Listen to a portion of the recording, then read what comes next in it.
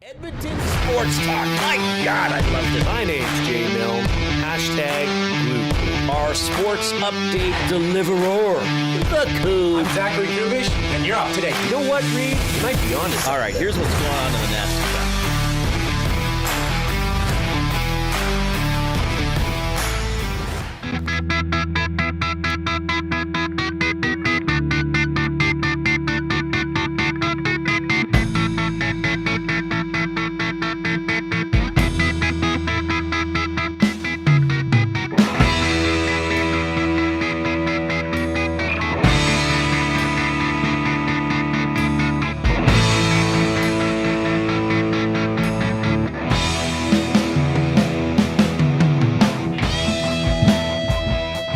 Well, I have to admit, Saturday night after the Oilers lost to the Florida Panthers, I did find some encouragement.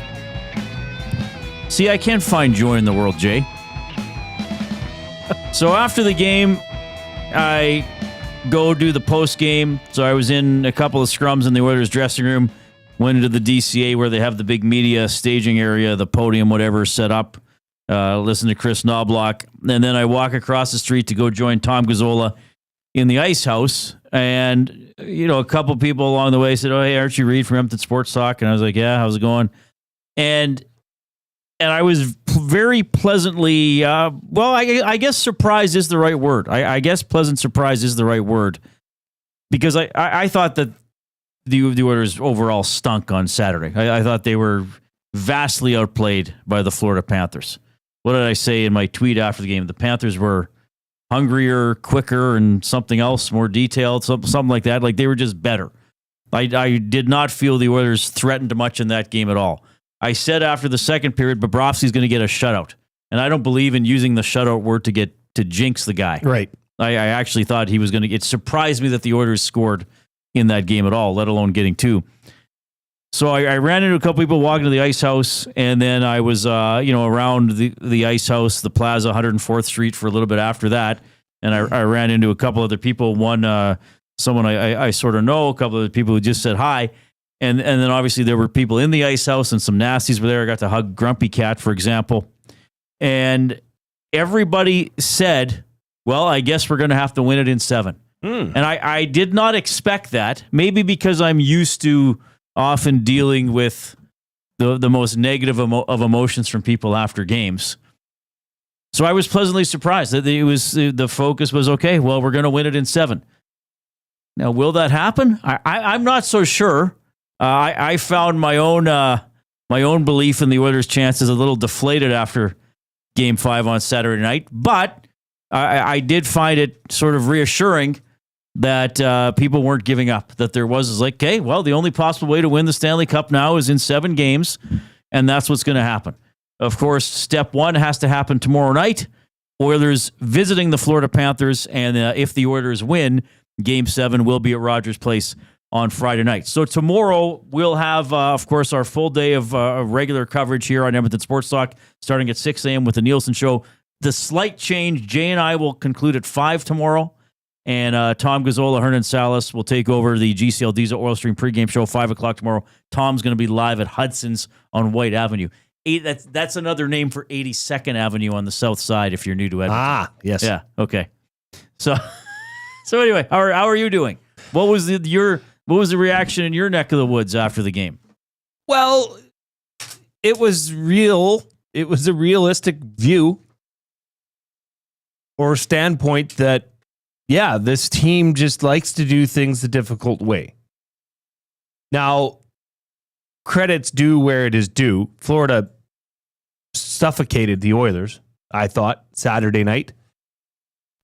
Was maybe a bit of this optimism due to the late game push by the Oilers that they, were able to get back in that, albeit most of it with 6 skaters on the ice. But is this exactly where the Oilers want to be? Or need to be? Maybe not want, but need to be. Up against the wall. Backs against the wall, having to win. We joked about can't lose, gotta have it, must win. Well, now it's must wins. Yeah. But is that exactly where this team prefers to live, Reid? Well, they've obviously been good in this situation. They've been good when I guess they've been good at recovering. Whether you want to look at, last year's regular season, getting 3 wins or whatever it was in 13 games, having a coaching change, and then putting together the second longest winning streak in the history of the NHL, and the several times they recovered last year in the playoffs, and even the times they have recovered this year in the playoffs. So, to win, to be a good team, a team that goes deep in the playoffs, or perhaps to win a championship, you're going to have to face moments where perhaps that if you lose, you are out. I mean, the Florida Panthers faced that against the Toronto Maple Leafs, right? They went to a Game 7, and they were down 2-0 in that series. So, most championship teams, you will find moments of extreme stress along the way. And now the Oilers are in the biggest moment of extreme stress, facing elimination in this series. Jay, I know later on in the show when we do buying or selling for Damon Bunting, we are both going to give our reasons for doom and our reasons for optimism. We decided to make lists on both sides to just present those options for people. I tend to believe that the Florida Panthers, if I were making the odds for PlayAlberta.ca, and of course Edmonton Sports Talk is presented by Play Alberta, I would tend to install the Florida Panthers as heavy favorites in tomorrow's game. Now, as I often say on the show, if you want to believe something, if you want to have an opinion, we often ask you as listeners to back it up. So, Reid, why would you say that? Given everything that the Oilers have done over the past couple of years, given that they came from behind in Game 4, yada yada, I get all that. The reason that I would say, man, oh man, it looks like things have really shifted for the Panthers is 7 of the last 9 regulation periods have gone the Panthers' way, and quite frankly, for the most part, it hasn't been close. The last 3 first periods are 7-0 Florida. And I'm always the first one to say, you have to have the ability to come from behind. To be a good team, you have to pull out some games that you shouldn't win. And the Oilers did that in Game 4. It's pretty hard to do that more than once in a 7-game series against a team the caliber of the Florida Panthers. I know the Oilers had some rallies against the LA Kings. Whatever. That was ages ago, and I think we see, Florida's a way better team than Los Angeles. So that's why I tend to think, man, oh man, this is a big hill for the Oilers to climb. Absolutely. Going in there. The Panthers have some players playing incredible, and they are doing a lot of things in my mind to prevent the Edmonton Oilers from doing what they want to do. Now, it's one game, as you know, anything can happen. There is a little bouncing puck. There's a position called goaltending, and we assume it's going to be Stuart Skinner. The Oilers are going to need a huge game from Stuart Skinner. Hockey's not always fair. Sometimes a team can get outplayed and still win. So there are like people. I said, like somebody said to me, "Who do you think wins on Tuesday?" And I said, "Well, if I had to make a pick, I'd say Florida." So this person says, "So you guys think the Oilers have no chance?" No, I don't think the Oilers have no chance. Of course, I don't think they have no chance. But if you ask me a flat black and white yes or no question, who wins? Well, I think Florida would win, and I think Florida should be favored in this game tomorrow. Now we're going to discuss ways it can happen for Edmonton. And as we know, there's not really game-to-game momentum. Teams bounce. What did Drew say on Friday? There are no people better than hockey players than putting the last game behind them. Right. I mean, you hear their post-game reaction, like on to the next game. Like I watched Tkachuk's post-game after they blew that game in overtime. I mean, he was level-headed. He was like, yeah, well, the Oilers were good. Yeah, well, they came from behind. They're trying to make plays. Now we got to go win in their building. Like, it's moving on. So I don't think the Oilers are wallowing. I'm not saying the Panthers are going to be like extra motivated. Well, I mean, they'll have pretty big motivation, obviously, but they know how they have to play. I'm just saying, based on 7 of the last 9 periods, I'm concerned about the Oilers' ability to go out there and just take control of a game. That's what I'm saying. Yeah, I completely agree with that assessment. But every time this team has had their back up against the wall, they've seemed to respond rather well in crunch time. Would Oilers fans prefer it to be otherwise? Absolutely. But that's where they are right now. That's all you can ask for, is that this team puts together a game, a full game, top to bottom of the lineup, moving in the same direction. They looked incredibly disjointed on Saturday. They were at times unable to get the puck out of their own zone for minutes at a time. I mean, you just can't have that. And Reid, we talked about the starts of games. When that game started, it was kind of even keel. But then Florida, throughout that first period, took over. Yeah. And for whatever reason, the Oilers just weren't able to respond. Now, we've seen plenty of games this series that would suggest that they can respond. And in fact, they can take over a game. Whether it happens tomorrow night is TBD, bruh. Right. But I would definitely say, I mean, you had a passionate rant on Friday about, hey, if you feel like this is it, this is over, then you haven't watched enough hockey. Yeah, fair enough. And I would remind people watching, listening, taking this in, consuming, however, is what else are you going to do? If you're an Oilers fan, are you going to sit in your chair and go, woe is us, we suck again? A, this team does not suck. No, they don't. B, the Florida Panthers are incredibly talented, and they showed that.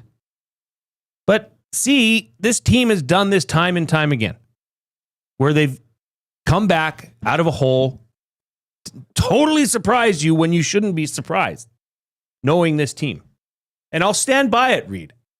They still have the best two players in the NHL, in the world, on their roster. You cannot give up hope if that's the case.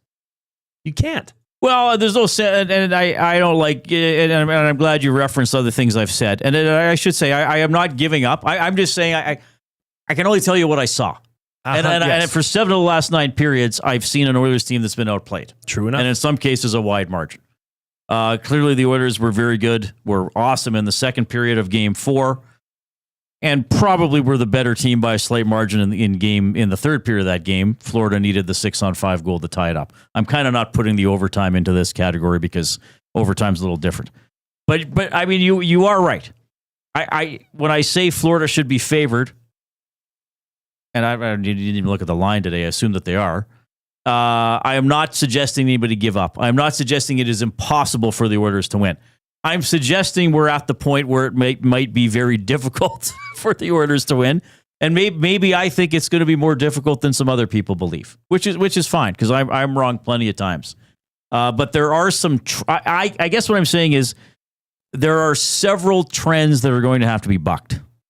Oh yeah. If it were one thing, then I'd be like, hey, like they're right there. They're right there. But hey, they like I always say, they all start 0-0. And to look at the other side of it, maybe that's the absolute best Florida can play on Game 5. So maybe that's not the level of Panthers that the Oilers will have to beat. Maybe even great teams don't play absolutely the best all the time.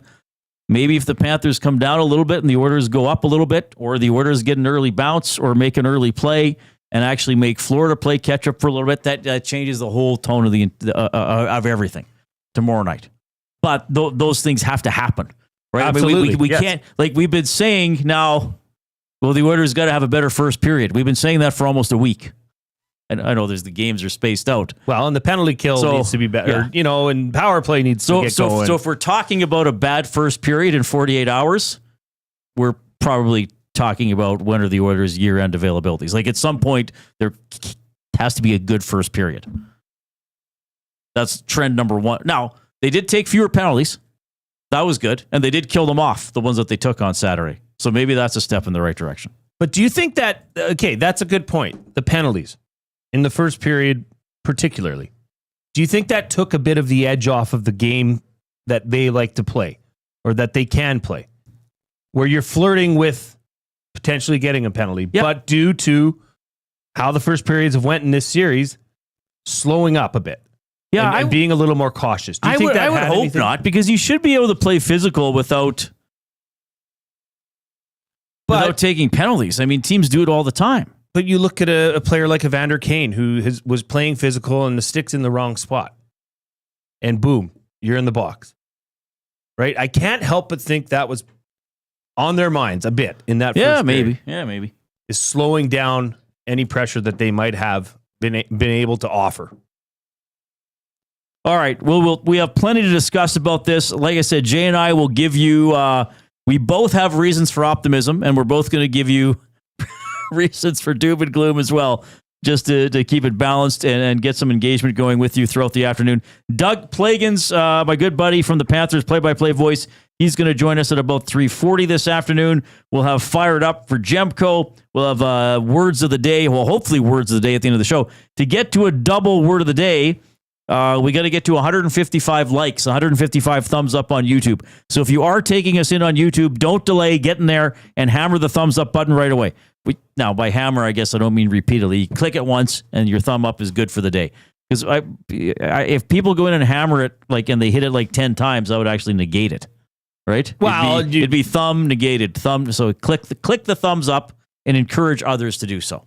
I would refrain from hammering your device at all. Yes. I mean, do not take a hammer to your phone. You do not need a bill sent here for Johnny G aggressively wrecking his laptop with a hammer.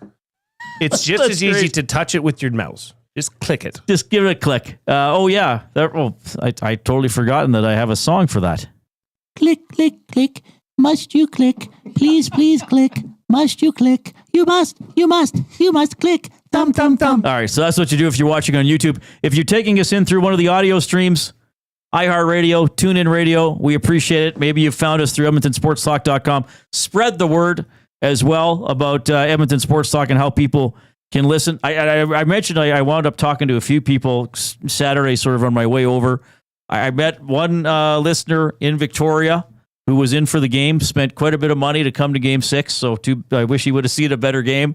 And he said, I love EST, I love what you guys are doing. I was like, yeah, spread the word, man. And he's like, well, everybody knows about you guys. I was like, no, you spread the word. And then I ran into somebody or somebody else said, why aren't you in Studio 99 anymore after games? I said, well, because I don't work for Chet.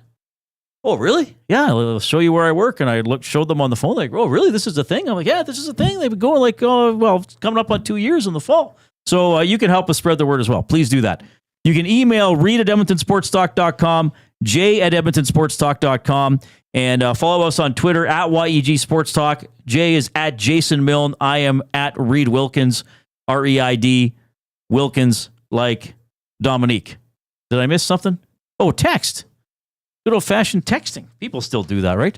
780-218-9999 is how you reach the afternoon inbox, presented by River Cree Resort and Casino, home of the Tap 25 restaurant, where the entire menu is 50% off 7 days a week. That is from 2 to 5 p.m. How was your Father's Day, by the way? Oh, it was great. We had a big flag win. The Packers got it done against the Colts. Oh, good. It was phenomenal. Big team win. Very proud of them. And then did a little bit of work around the yard. I don't want to give away too much, but my body hurts. Oh, geez. Something happened. I don't know what though, but we're gonna try figure it out together when I get fired up later in the show. Well, we're gonna diagnose you. We're doing a medical. I don't know what's. I did not even know this was happening. Yeah, Reid, we have to. Now I don't have to examine you physically, do I? If I don't point to that part of my body, I don't have to probe you and touch. Which part of the body hurts? No, we got to figure it out. Somebody's got to have a remedy for me. And then my wife and my oldest were down in Calgary. So they came back. They got home late from a basketball tournament. So I went, we had family dinner at my parents. So I got to see my dad and my brother and my brother-in-law. So that was nice. Wish them all a happy Father's Day. And then they spoiled me, Reid. I didn't see it come. They made the most beautiful cards. Oh, nice. Handmade. Some quite comedic value as well. Oh, good. Very good. My youngest Faith said it was Happy Farters Day. Oh, no. And then below that, she's just kidding. Happy Father's Day. Nothing like a good fart joke. Brought the house down, though. Brought the house down. So, yeah, it was fantastic. Happy Father's Day to all the fathers out there. I'm sure you were treated very well as well. So my mom and dad came over. We ordered takeout. And then just after, we're just kind of sitting around. And I said to my dad, do you feel like doing anything? Do you want to do that? And he's like, oh, I don't know. So I was just scrolling through the TV, and Terminator 2 had just started on one of the channels. It started at 7. We jumped in at about 7:15, and we watched all of Terminator 2. Now, my dad and I saw Terminator 2 in the theater back in 1991 when it came out. My dad does not remember this experience, but I remember it.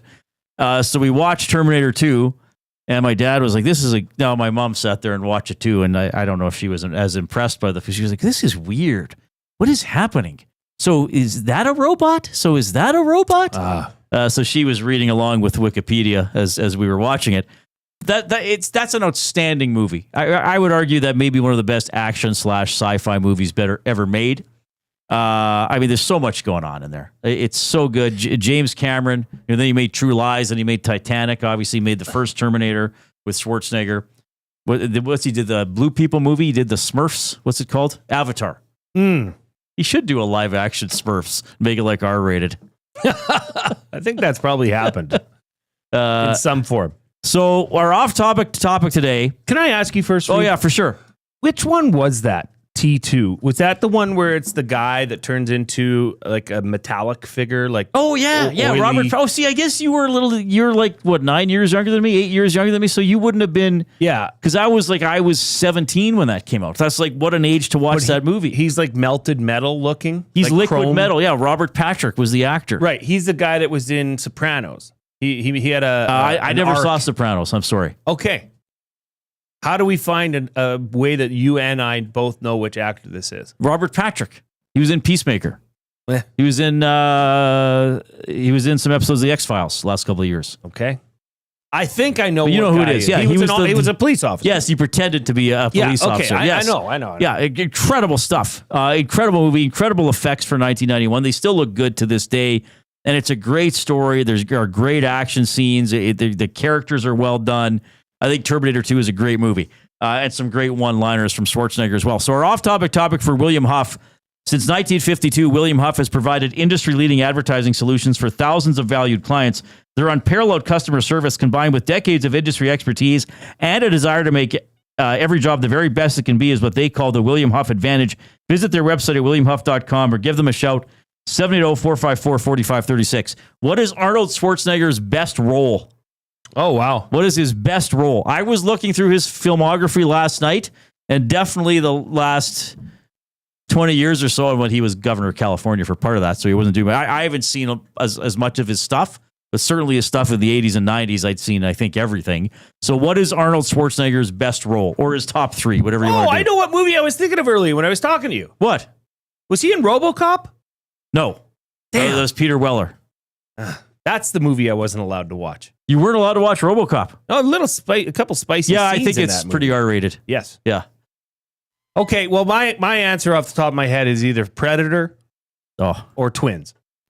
Oh, with DeVito. Yeah, that one's. Oh, I liked it. Yeah. I have a soft spot for Twins, but Predator is an action classic as well. Yeah, that's a good one. And I mean, that's Arnold Schwarzenegger in the way he's meant to be. Right. In the wild. Just, yeah. Face paint, sweat. Yeah. Or oil, baby oil, probably. Predator. I'd say Predator over Twins. You? Yeah, I mean, the Terminator is pretty iconic. True Lies is a blast of a movie. It has some very memorable scenes. Is True Lies the one where his wife doesn't know he's a secret agent? And who's his wife? Jamie Lee Curtis. Who has a very iconic dance sequence in the film. They do. Yes. Yeah, see, it's coming to me. Yeah. Right. And that's just not true. How would she not know? Well, because he's that good of a spy. I guess so. Tom Arnold was his partner. I think he's pretty noticeable, though. It'd be hard to get around that, but especially in that scene. Yeah, well, sure. All right. So for what was I just saying? For the off-topic topic for William Huff, Schwarzenegger's best role. Well, things are rolling in. Kindergarten Cop, Total Recall, Jingle All the Way has 1 vote. We'll do an informal poll on this, okay? We'll keep kind of an informal in our running total in our head. Yeah, I'd say True Lies, Total Recall is up there. Predator. Yeah. Nobody said junior yet, in which I think he could get pregnant. He got pregnant somehow. I can't remember the whole premise of that movie. I didn't see Kindergarten Cop. No, so there's Justin Belgoni, 1 vote. Okay, Box Pounder says worst Arnie movie, Kindergarten Cop. Well, he thinks it's the worst. Well, you can still think it's his good role, though. Because then he started doing some comedies where he's making fun of his image as an action guy, right? Right. 780-218-9999 is the River Crib Resort and Casino inbox. Click the thumbs up. Give it a click if you're watching us on YouTube. Let's get to 200. We got a great playoff streak of getting to 200. We do have Doug Plagens from the Panthers play-by-play chair coming up in about 15 minutes. In the next segment, we're giving away Stingers tickets, and we got Jay's play of the day.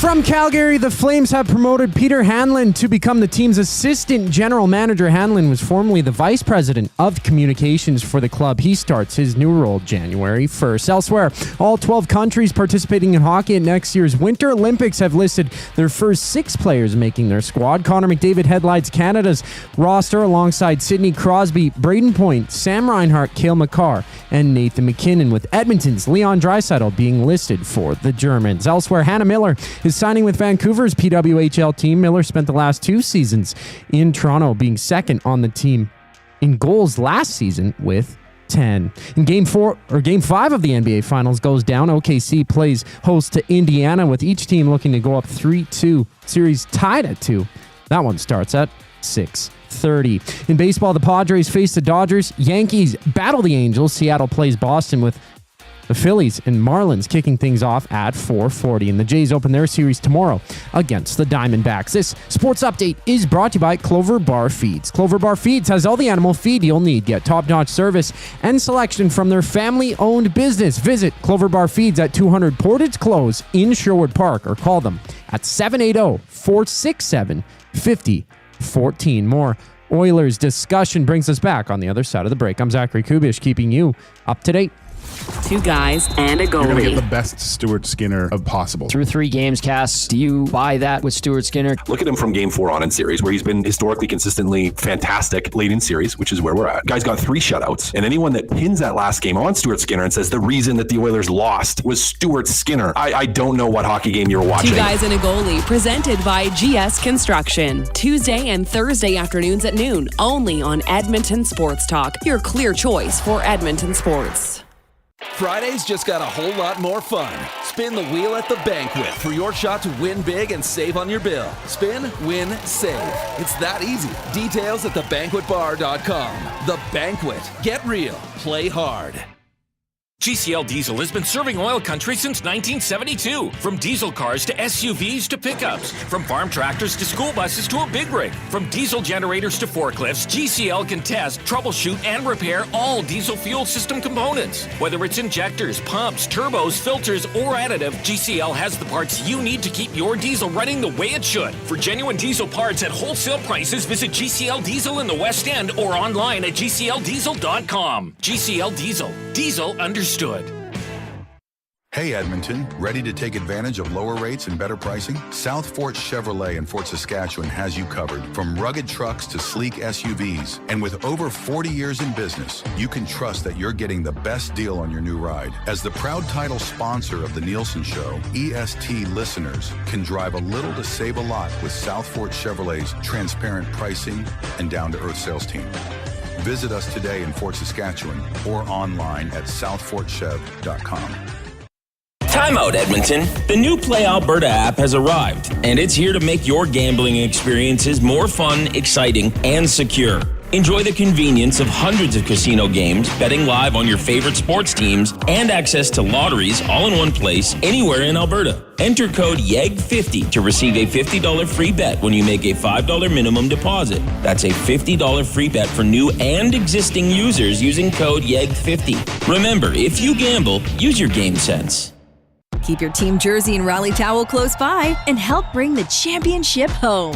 For all your other treasures, store them with Sentinel Storage. Store Canadian. Try 4 weeks free at sentinelstorage.ca. Proud partner of the Edmonton Oilers.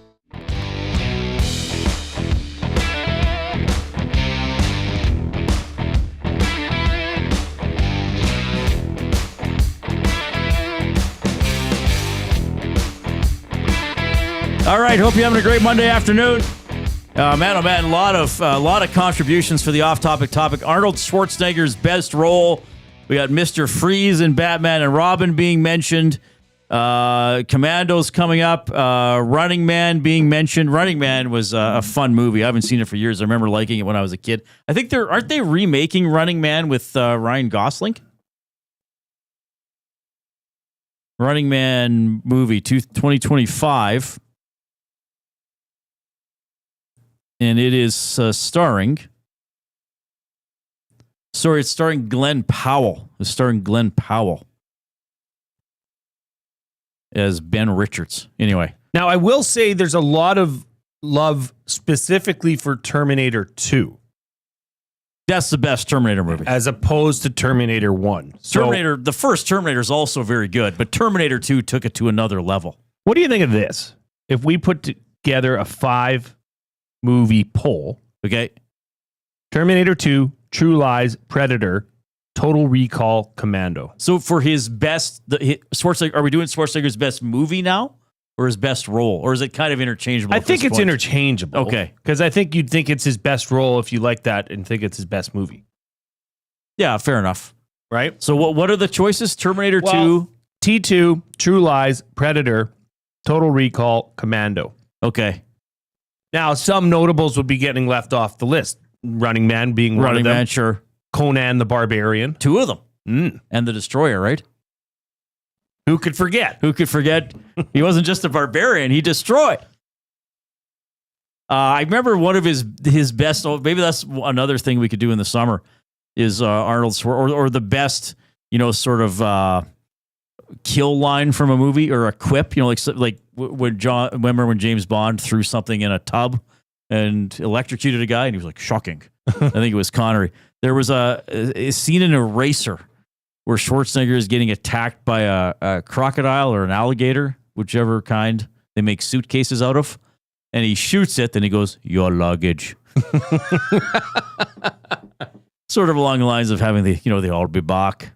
I don't know, Reid. The Come more with and me more if I'm you want looking to into live. this, there's a lot of love for Commando. It's been ages since I've seen Commando. Well, it's been ages since I've seen most Schwarzenegger. Wasn't he in a movie called Raw Deal where he was up against the mob or something like that? He was in a lot of movies. He worked pretty hard. Well, this is not the Arnold Schwarzenegger show. We could do a Schwarzenegger appreciation show. He's a very interesting human being. Yeah, I've seen his story. Yes, he's got the muscles and the fitness, and I guess you could say some of his movies are mindless action movies, I guess, especially early in his career. But he's a very smart dude. Obviously he went into politics, so people may or may not agree with his politics or whatever. But if you just look at his life story, it's a pretty amazing story. Yeah, he's a great promoter of himself. Yes, he's done very well. Very committed and very hardworking. Coming from, was it Austria? Yeah, he's Austrian. Born and raised? Yeah. From nothing in Austria to making what he has here. And off the back of bodybuilding. That's where he got his start, was bodybuilding. Yeah, there's a really good documentary on him. I have never seen any of the Expendables movies. Perhaps that is a weakness in my life.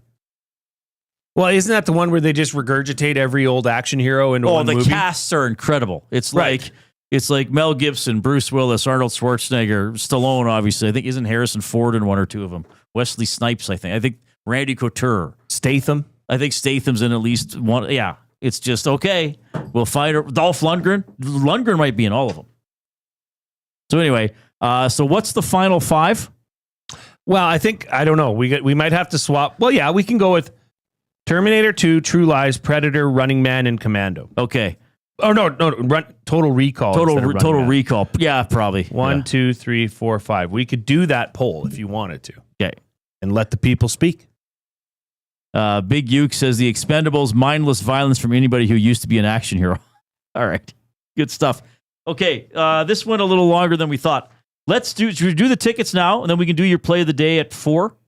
Whatever you want, boss. Let's do, because Doug Plagens is going to join us in a couple minutes. We want to get to that. So here's what we're giving away. So first of all, the first correct answer to the River Crew Resort and Casino inbox, texting 780-218-9999. That is going to be, we're giving away a VIP table for 4 for the Edmonton Stingers game against Winnipeg on June 22nd. Is that Sunday? Yes. So for Sunday's game, Stingers against Winnipeg. I'll be at that game. Oh, nice. So you can meet Jay. We got a VIP table for 4, courtesy Play Alberta. The trivia question is, who is the most recent player to win NBA Finals MVP 3 seasons in a row? Okay? 3 seasons in a row. In a row. The most recent player to do this in the NBA Finals. 780-218-9999. Somebody will have it by the time we get back for sure. Do you think? Yes. Well, we'll be back. I guess I got it in 4 what, minutes. You 5 got it minutes? about your 7th guess, yeah. Yeah. So somebody will look it up and get it right away. All right. So text that in. River Cree Resort and Casino inbox, 780-218-9999. Doug Plagens, is he going to be calling a Panthers Stanley Cup for the 2nd consecutive season? Most of the people who are about to hear his interview hope not. But Doug's a great guy, great broadcaster. Likes some of that, what do you call that, like really heavy music? That thrash? What do you call it? We'll have to ask him. Yeah, we'll have to ask him what it's called. He's coming up after the Coop.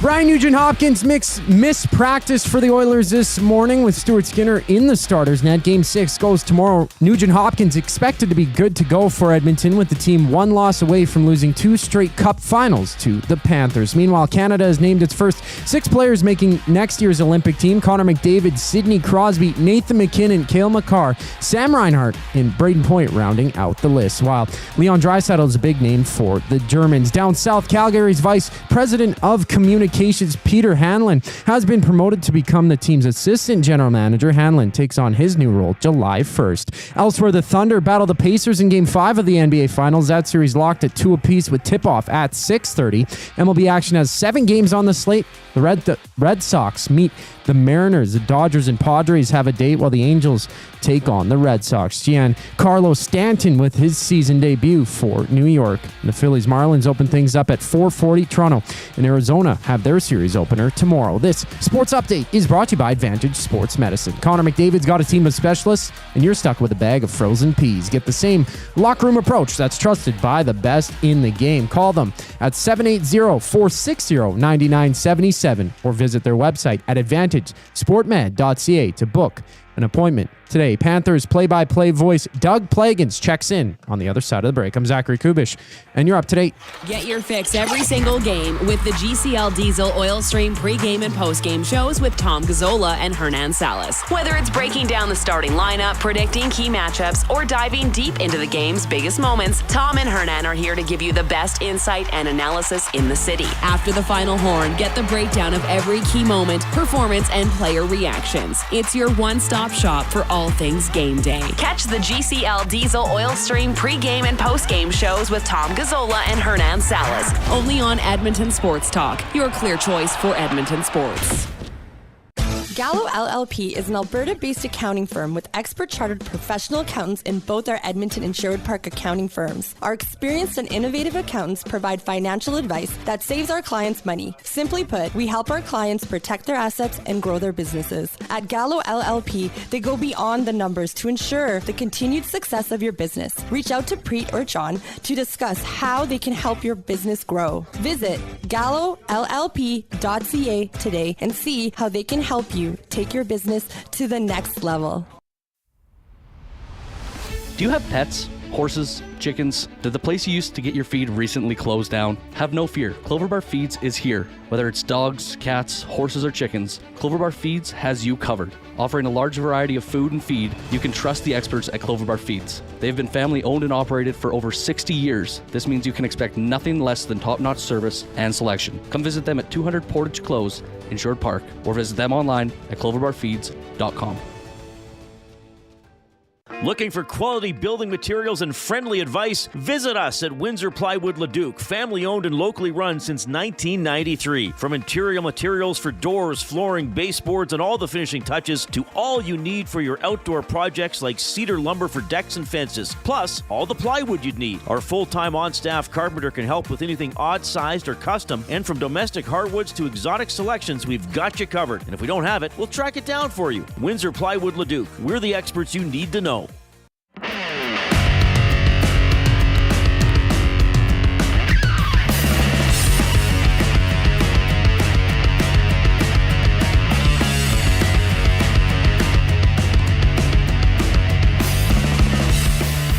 Good musical selection coming back, Coop. That's a good one. What's this one called? Riffs for Days. Is this one of the YouTube songs? Always. They have a great heavy rock selection. Oh, good. We'll have to use this as a barometer for Doug Plagens. Yeah, this is good because Doug Plagens is on the line right now. Panthers play-by-play voice. Now, Doug, I don't know if you could hear that. Is that, for your taste, is that a little light still? Or is that in the neighborhood of the heavy music that you like? That works for me. I thought that was a pretty cool sounding riff there to start, so I'm about that. That works. Doug, we know you love your music, and Doug Plagens, Panthers play-by-play, joining us here on the Reid Wilkins Show. It's Jay. Have you missed? The season's extended again for you, thankfully, as you're with the organization. Have you missed any big acts rolling through your neck of the woods? And is there anything specific you're looking forward to seeing over the summer months? So there is some pretty cool stuff going on this spring that's been happening, but I'll take an extended playoff run any day of the week. I've managed to get out to a lot of shows, a lot of festivals in my time, and I'm sure I'll have continued opportunities to do that. But as far as a deep playoff run, you can never take these experiences for granted. There are, I've told a lot of people, as far as the Panthers and the Oilers go and these back-to-back deep runs, there are 30 other teams that would love to be in this situation and would do anything to be in this situation, to be in back-to-back Cup finals, and in the Panthers' case, to be in a third straight Cup final. So I'll happily take the situation we're in. There is some cool stuff that's come through. I love that they're doing kind of a Warped Tour reboot. I know Killswitch Engage and Parkway Drive and a bunch of bands are out on a cool tour right now. And I'm friends with one of the guys in Killswitch Engage, Justin, who's a big Panthers fan too. So I would love to get a chance to see them again at some point in time. I know the Offspring's hitting the road or may already be on the road. And I think that one's actually going to work out for me because it's a couple weeks into July when they roll through here. So that's one that I can't miss. I've seen them a handful of times in the past, and even at this stage, they've been doing it for darn near 40 years at this point, but they can still bring it, and they have not lost a step at all. So that's one that if anybody ever gets an opportunity to see them there, well worth it. See, this is why we like having you on, Doug, because you can talk hockey and you can talk fun, other interests as well, which is pretty cool. So the flight is what, 5.5 hours, Edmonton to Fort Lauderdale. What are you doing on the airplane? Are you listening to music, or what do you try to do on the plane? For me, it is a lot of listening. That's when I tend to also, I try to catch up on sleep. I always go into the flight saying I'm going to catch a nap, and oftentimes I do, but I don't know if anybody else has this same kind of situation when you fly. I actually can fall asleep on a plane, but I usually get one shot. And if I fall asleep for 10 minutes, if I fall asleep for 2 hours, whatever it might be, I get one chance to sleep. And once I'm up, there's no going back to sleep, no matter how tired I am or how long that sleep that I just had was. I usually get one shot. Fortunately, I was able to catch a little bit of a nap, but I do a lot of podcast listening on the plane, and it's mostly just, I'm not reinventing the wheel. It's mostly sports and sports card podcasts. There are a few pretty good sports card podcasts that tend to help me get through flights. So I do a lot of listening. I have a tablet. I always say, I should watch a movie or watch shows, documentaries, whatever.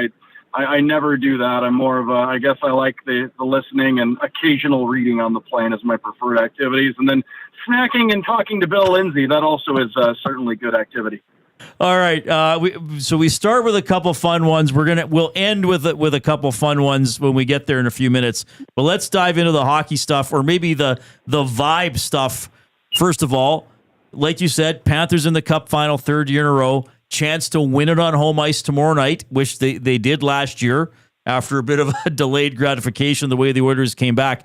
What's the vibe now since you got back last night? In Sunrise, in Fort Lauderdale with Panthers fans?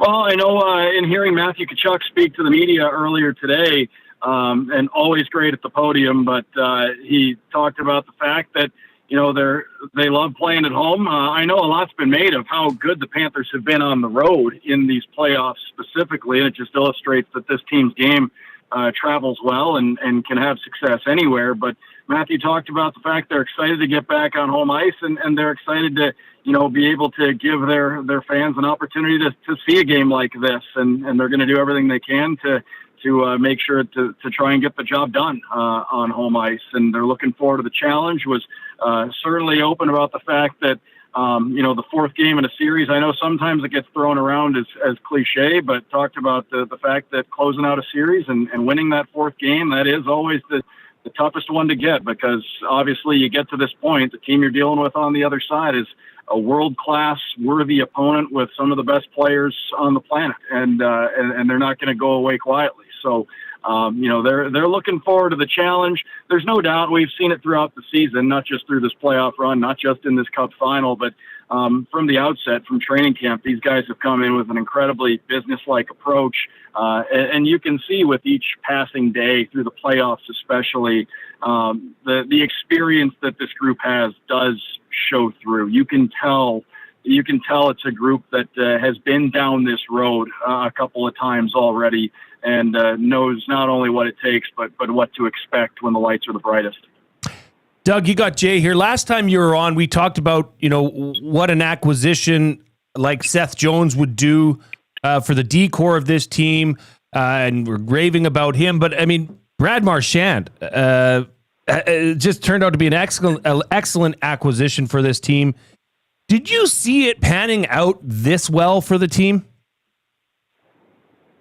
So when the trade was made, I think everybody, and I was kind of in the media room, in the 11th hour right before the trade deadline, and you're sitting there, you're thinking, okay, maybe everything's wrapped up. Maybe that's what the 2025 trade deadline has. And we were, from the Panthers' perspective, we were looking at it thinking, this is great. We've, brought in Seth Jones. We've added some forward depth. They had gotten Nico Sturm and then Vitek Vanacek, who's been a solid pro and a backup goaltender throughout this run. And you're thinking, okay, this team looks like they're pretty well equipped. And Seth Jones was one of the big fish landed at the deadline. And then all of a sudden the news of Brad Marchand comes in, and you have to kind of do a double take at first, because he's a guy that has a future Hall of Fame resume, and who'd only been with one organization his whole career and had been with one of the Panthers' arch rivals the last couple of years. And all that being said, what this guy brings, especially when you get late into a year and in a playoff run, and he's a proven winner, and he's got a great infectious personality. When you think about it, and you're like, okay, this is something. This is a big deal. And all of a sudden, I guess I should say, before he even made his debut with the team, he was injured when the Panthers acquired him, so there was a little bit of a gap in time between when he was acquired and when he actually made his debut with the Panthers. But I remember having a conversation with Paul Maurice for our pregame show the day after the deadline. Panthers had a home game against Buffalo, I believe, that night, and I just asked Paul Maurice, I know he's not playing tonight, but, how excited were you to hear that Brad Marchand's going to be added to the mix? And, one of the things Paul Maurice said was, it's great because he's already got a little bit of Florida Panther in him in the way that he plays. And that couldn't be more true. And now that he's fit in with the team the way he has, you can see the way he's fed off playing with Anton Lundell and Eetu Luostarinen, and the way they've fed off playing with Brad Marchand, what he's brought to their game, and the line that they've been able to be together for this Panthers team. And echoing what Paul Maurice has said a lot, you see a guy play quite a bit because Boston, they're in the Atlantic Division, and the Panthers had a couple of playoff series that were, as heated and angry a playoff series as we've seen the last couple of years. And you get a real appreciation for Brad's game. I always loved him as a player, but then when you see what he does every single day. And to echo Paul Maurice, the hands that he has. I mean, he's a world-class playmaker, and his hockey IQ, the couple of goals he scored there in the last game, in Game 5, were just great reads on his part. He made those happen by just knowing when to turn up the ice or knowing when to anticipate off a face-off. His hockey IQ's off the chart. And then, just in the interactions that we've had with him, and you see the way that he interacts with his teammates, this is an outstanding, a very unique and very just outstanding individual. The conversations I've been able to have with him, I know that when you're watching it, and especially from an Oilers fan perspective, he can, I'm sure if you're watching it from an opposing view, maybe he gets under your skin a little bit. But when the outside the lines, whether you have a chance to talk to him off the ice or in the room, he's just an outstanding conversation, an outstanding guy to talk to, a really thoughtful guy. And the same goes for the way he is with his teammates. And you've seen all the Dairy Queen outings that they've had that apparently he was right in the middle of, and everything like that. It's been an addition to this Panthers team that. Like we talked about right off the top, you had a feeling it was going to work, but I mean, to say it works, that's an understatement. This has been a perfect fit. All right, Doug Plagens, Florida Panthers play-by-play voice, joining us this afternoon on the Reid Wilkins Show with Jason Milne. All right, and our boss Dustin Nielsen, who hosts the morning show here and owns the station, has added another question that he wants me to ask. So we're going to go back to the lighthearted stuff to wrap it up. First of all, this one, though, you've been to Edmonton a lot now the last couple of years, and you've always been great coming on my shows, no matter what station I've been on. Now that you've made several trips to Edmonton at different times of the year, what is your most favorite and what is your least favorite thing about Edmonton? All right. Well, this is first of all, I got to tell you, and I mean this, you guys do a great job. If you're ever hurting for a guest, don't hesitate to reach out. I'm always happy to jump on with you guys because it's always a good time. But as far as trips to Edmonton go, we've had a chance to come. It seems like our regular season visits are always like right in the dead of winter. So it's like December, January, February every year. So, in a lot of our trips to Edmonton, especially, before we had these finals matchups and everything like that, you didn't see a lot of sunlight, and it was pretty cold. And I don't mind the cold as much. I grew up in cold weather climates. I'm from Michigan. I've spent time in a lot of cold places prior to moving to Florida. Sometimes I like to go walking around out in the cold when we're in the northern regions, just to make sure I still got it. But I will tell you that I think the toughest part, and this isn't breaking any ground, and I know people are going to look at it and think, okay, well, you guys travel on the team charter. It probably is.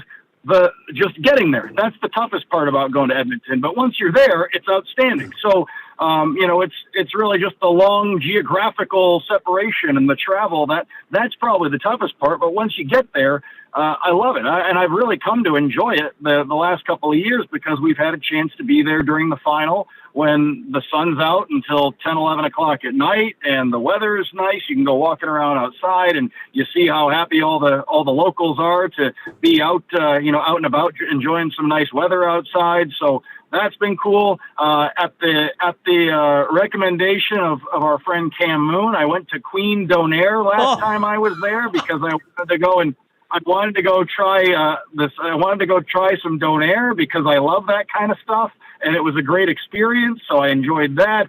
I've just enjoyed my trips to Edmonton. Okay, and we'll wrap up with this one then. This is the one courtesy Dustin, because Dustin is a huge sports card guy. He does, what do you call them, the crack videos? Crack packs, yeah. He doesn't do crack online. He does the crack videos. No. What sports card podcast are you listening to? So I'm friends with the guys in Santa Clara, the Mojo Break guys, who have a great store in Santa Clara. Whenever the Panthers play the Sharks and we have an off night, I go and check out the Mojo Break shop in Santa Clara, and they do a podcast every week too. And they're funny. They're funny. They're super nice guys. And they always sometimes they lean pretty heavily Bay Area, but they're not. They don't apologize for that because that's the flavor of the show and that's where they are. But they're very well informed. They're very entertaining. I've got to be friends with them, and they're outstanding people. So I listen to them, and I I tend to jump into breaks quite a bit on their site. I also listen to the guys at Sports Cards Nonsense do a really good job too. They're on the Ringer or Spotify network. They do a good job. There are a lot of good ones out there as far as sports card podcasts, but those are probably the two I bounce between the most. And the Mojo Break guys, like I said, I've gotten to know them quite a bit, so I have a little bit more of an interest in it. But outstanding people, good content. They're well informed and pretty funny guys too. So really enjoy them. Hey, I got to ask you something quick here, Doug. Have you ever opened a pack of James Bond cards? I've not opened a pack of James Bond cards. Are those new? Well, Reid found out that they're available and through Dustin. So I think they got to do this eventually, is just go get the box. Because apparently when you get the box, the odds of opening something are, how many cards are There's in only there, like Reid? 6. It's just several hundred. Like, I got to think about this purchase. There's only like 6 cards in the box, but it's the Black Diamond set or whatever from Upper Deck. So they're fancy, apparently, Doug. James.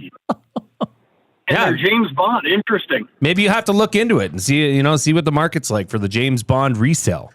All right, buddy. I'm not as plugged into the non-sports stuff. There are a couple of things that I've been interested in, but I'm not as plugged into the non-sports stuff, but that sounds intriguing. All right, Doug, you're the best. Thanks for doing this. I guess we are at odds about one thing, because I hope to see you again later this week, and you probably don't hope to see me. As much as I love you guys, your city, and everything that goes with it, I hope my next visit to Edmonton isn't until next season. But hey, it's going to be a heck of a hockey game no matter what. So we're looking forward to it. Okay, thanks for your time, buddy. Always love chatting with you. Take care. Thanks very much, guys. That is Doug Plagens, the play-by-play voice for the Florida Panthers, who we love having on the show. I know we always upset a couple people when we have Doug on, and I'm like, okay, covers the other team. We had to get some of that perspective. I mean, the stuff he said about Marchand would not be something I could bring to the table when talking about him.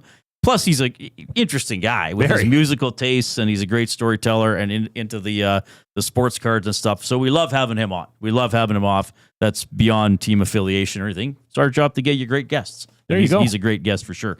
Jay and I are in the Banquet Studio every Monday. Bowl for just $2 all day at the Banquet Bar. Walk in, grab your friends, and start your week with some fun. Get real, play hard.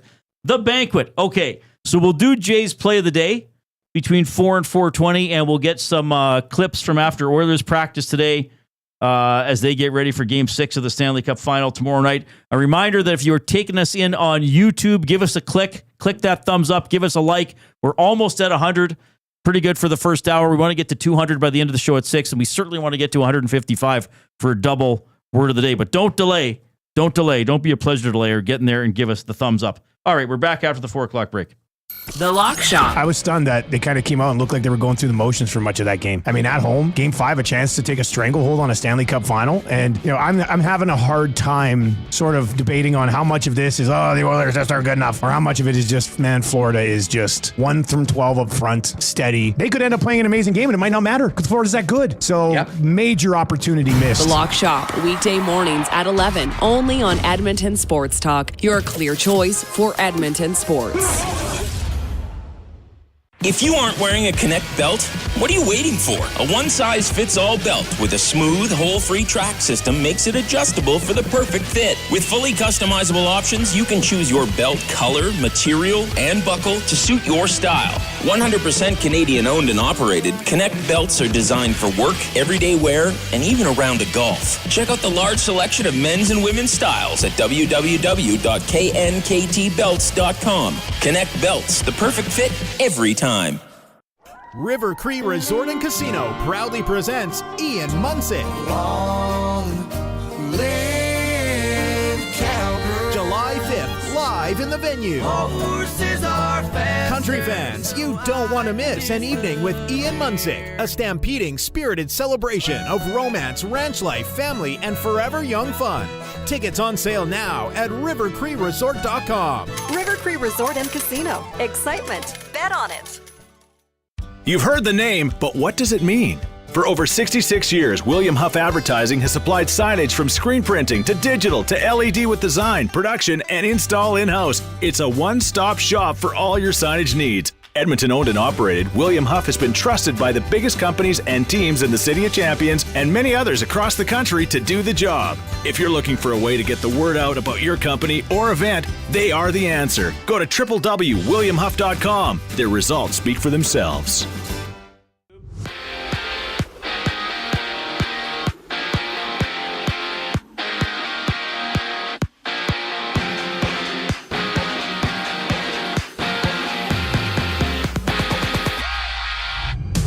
Day out from Game 6 of the Stanley Cup Final, the Oilers hit the ice in Florida for practice this morning. Stuart Skinner was in the starters net with Ryan Nugent-Hopkins missing practice. And for Game 6, Nugent-Hopkins is expected to play as Edmonton hopes to keep fighting for the Cup, down 3-2 in the series. From Calgary, the Flames have promoted Vice President of Communications Peter Hanlon to become the club's Assistant General Manager. Hanlon takes on his new role starting July 1st. In other news, all 12 countries playing hockey in next year's Olympics have named their first 6 players to their team. Canada has Connor McDavid, Cale Makar, Nathan McKinnon, Sidney Crosby, Braden Point, and Sam Reinhart cemented to the roster. Leon Draisaitl headlining Germany's team for the tournament in early February. On the court, the Pacers challenge the Thunder on the road in Game 5 of the NBA Finals. Series tied at 2 apiece with tip-off at 6:30. And baseball has 7 games. Phillies Marlins open things up at 4:40 before the Orioles play the Rays with the Yankees,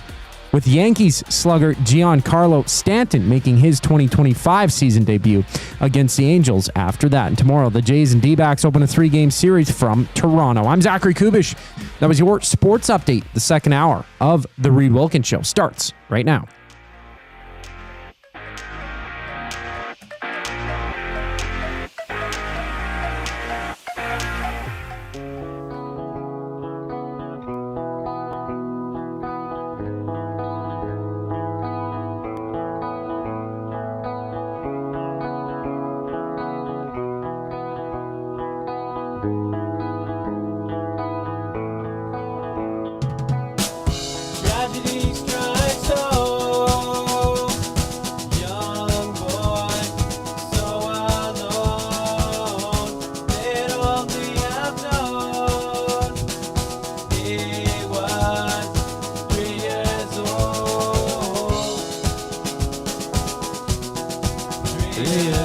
All right, thanks for joining us this afternoon. That is Jason Milne on the lead vocals.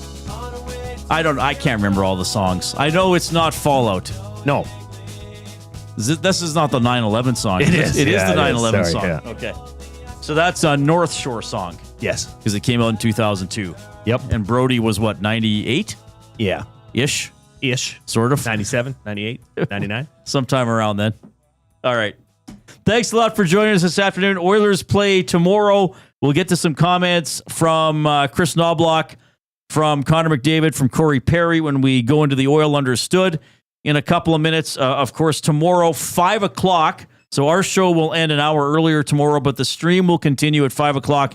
GCL Diesel Oil Stream pregame show to get you ready for Game 6. Tom Gazzola is going to be live at Hudson's on White Ave. As well, I can say this with certainty. The little cheeky thing I've been saying throughout the playoffs. Tomorrow will be the Oilers' final road game of the season. Oh, that can't be denied. It will be the final road game of the season, right? Correct. Nobody can get mad at that. That's factual. That is 100. That's not saying could. I don't have to say could be. It will be the Oilers' final road game of the season. Reed, we did have a winner for those wondering. Oh, right. We got to give away the tickets. The Stingers tickets presented by, they're brought to you by Play Alberta. 4 VIP seats to the game this Sunday, June 22nd. And the winner, the name was Helen. Helen, nice. Now, Helen didn't have a handle in our chat. See, when you send a text, we have handles for you. And most times you've signed with them, so we just put them and edit your contact. Okay. Well, she didn't have one. So she said, I'm definitely not creative enough to think of, get this. This will blow your mind. She said, and I quote, I'm definitely not creative enough to think of one on the fly. So you can just call me Hell's Bells. Well, I'm like, that's very creative. That's perfect. That's perfect. Well done, Hell's Bells. So yes, Helen has won the tickets, the 4-pack. Reid, what was the question? So VIP table for 4, courtesy Play Alberta, to the Stingers game on Sunday against Winnipeg. Who's the most recent player to win 3 straight NBA Finals MVP awards? Shaquille O'Neal won it in 2000, 01, and 02. There were only about 5 people that got it right. Michael Jordan did it twice in the 90s.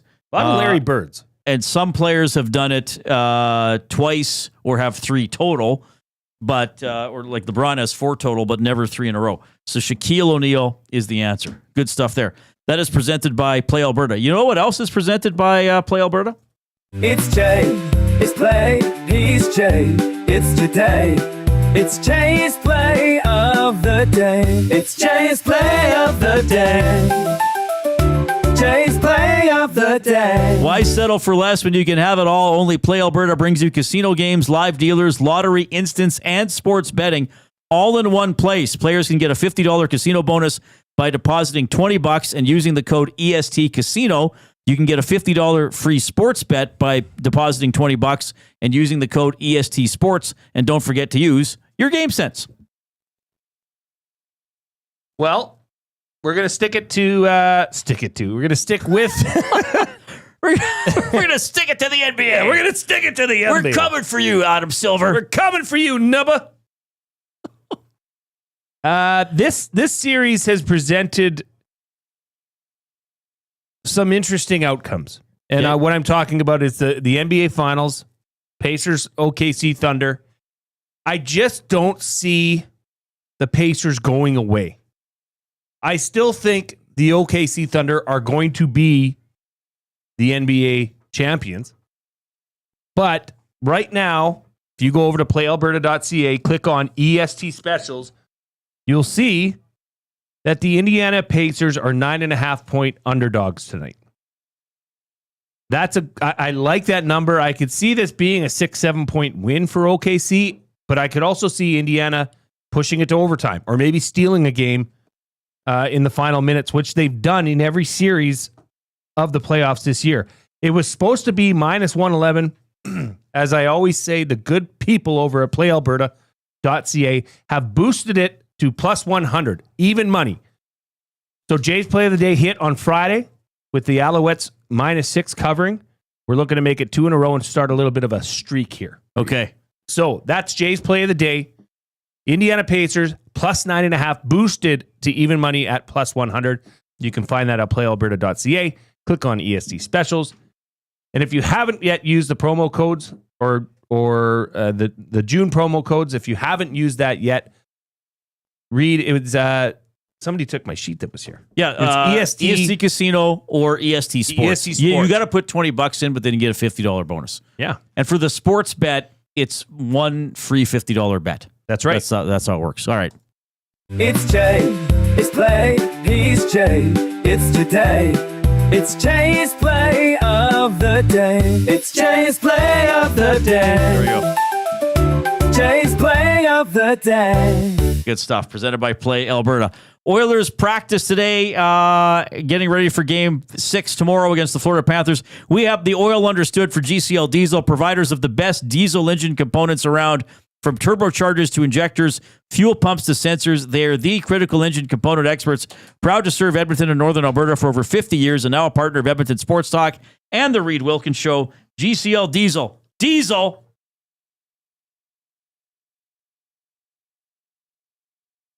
Understood. Corey Perry was asked about the mood in the dressing room today. It's light. Guys are enjoying the day. But we know what's at stake, and we know what the task is, and I don't think we've lost focus to that. But it was a good day. And Connor McDavid on the feeling for Game 6. Yeah, I'm excited. About the opportunity. As you said, we've bounced back. A lot's been made about that. We talk about that all the time, but for whatever reason, our group doesn't like to make it easy on ourselves and put ourselves in another difficult spot, and it's our job to work our way out of it, and I would expect that tomorrow. All right. Well, yeah, I mean, they're not going to come out and say, well, it's terrible. We feel awful. We're pretty sure we're going to lose. I mean, you expect them to say, we got a game. We got to go out there and do something about it. just going off our colleagues who are with the Oilers, the lines today were jumbled at practice. The best look they had at it. Now, no Nuge on the ice, is expected to play tomorrow. Podkolzin with McDavid and Brown, Skinner, Draisaitl, Kane, Frederick, Henrique, Arvidsson, Kapanen, Janmark, Perry. We'll see tomorrow. If there is a starter's net at the practice facility, Stuart Skinner was in it. I strongly expect him to play tomorrow in net with the Oilers' season on the line. But again, no Nugent Hopkins, and we obviously know he's dealing with something because he's been missing a lot of practices and skates along the way. So I say that's the best we can tell you. Who knows what the lines will look like when the game starts or how they will look once the game gets going. Fair? Fair. All right. A few other things to hit on here. The Oilers' power play, well, their first power play stunk on Saturday, I thought. And then Florida scored right after. They had some chances on the other two. Here's Connor McDavid. I would say for 4 games, it's been good. Obviously not our best on whatever the other night. Yeah, it needs to be a factor. It needs to at least build momentum, no matter what. And it wasn't the other night, I would say. Yeah, when the Oilers, so they were down 1-0. They went on the power play, and they didn't do much.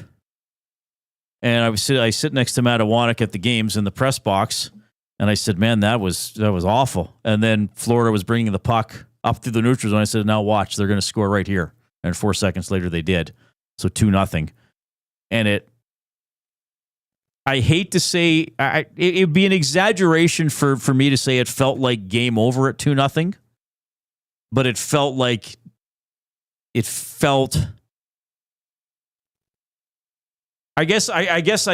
feeling I would have, I didn't feel like lightning was going to strike twice, 2 games in a row with a comeback. I thought that first power play was so bad that the Oilers were lucky to get out of it without giving up a shorthanded goal. Right. That's how bad it was. Now, once again, I think credit is due to the Florida Panthers. But at some point, we've talked about this enough. We talked about it today on the Hangout too, Reid. Connor McDavid's got a Connor McDavid. And Leon Draisaitl's got a Leon Draisaitl. Now, there's been flashes of it, yes, certainly from Leon. Connor got that late goal in Game 5, but on the power play specifically, they've got to get that going. I just don't see a way in which they can win this series with the power play underperforming as greatly as it has been as of late. Yeah, I mean, again, I guess you could take a little positive that they stayed out of the penalty box. Now, you could say Florida did, because one of the Florida penalties was a puck over glass, which I saw some people complaining that it shouldn't be called in that situation.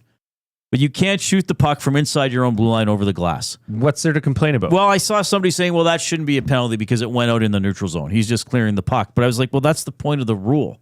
Yeah, that's the definition of it. Players should know, well, I can't even make it close, right? If I can flip it out, fine, but I can't flip it hard enough that it might. Anyway, that's an aside. I didn't have a problem with that being called.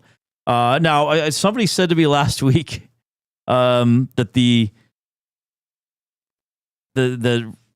somebody who had talked to a referee with NHL experience, saying that once you get deeper into the series, there's less crap to call, and that's probably a good point.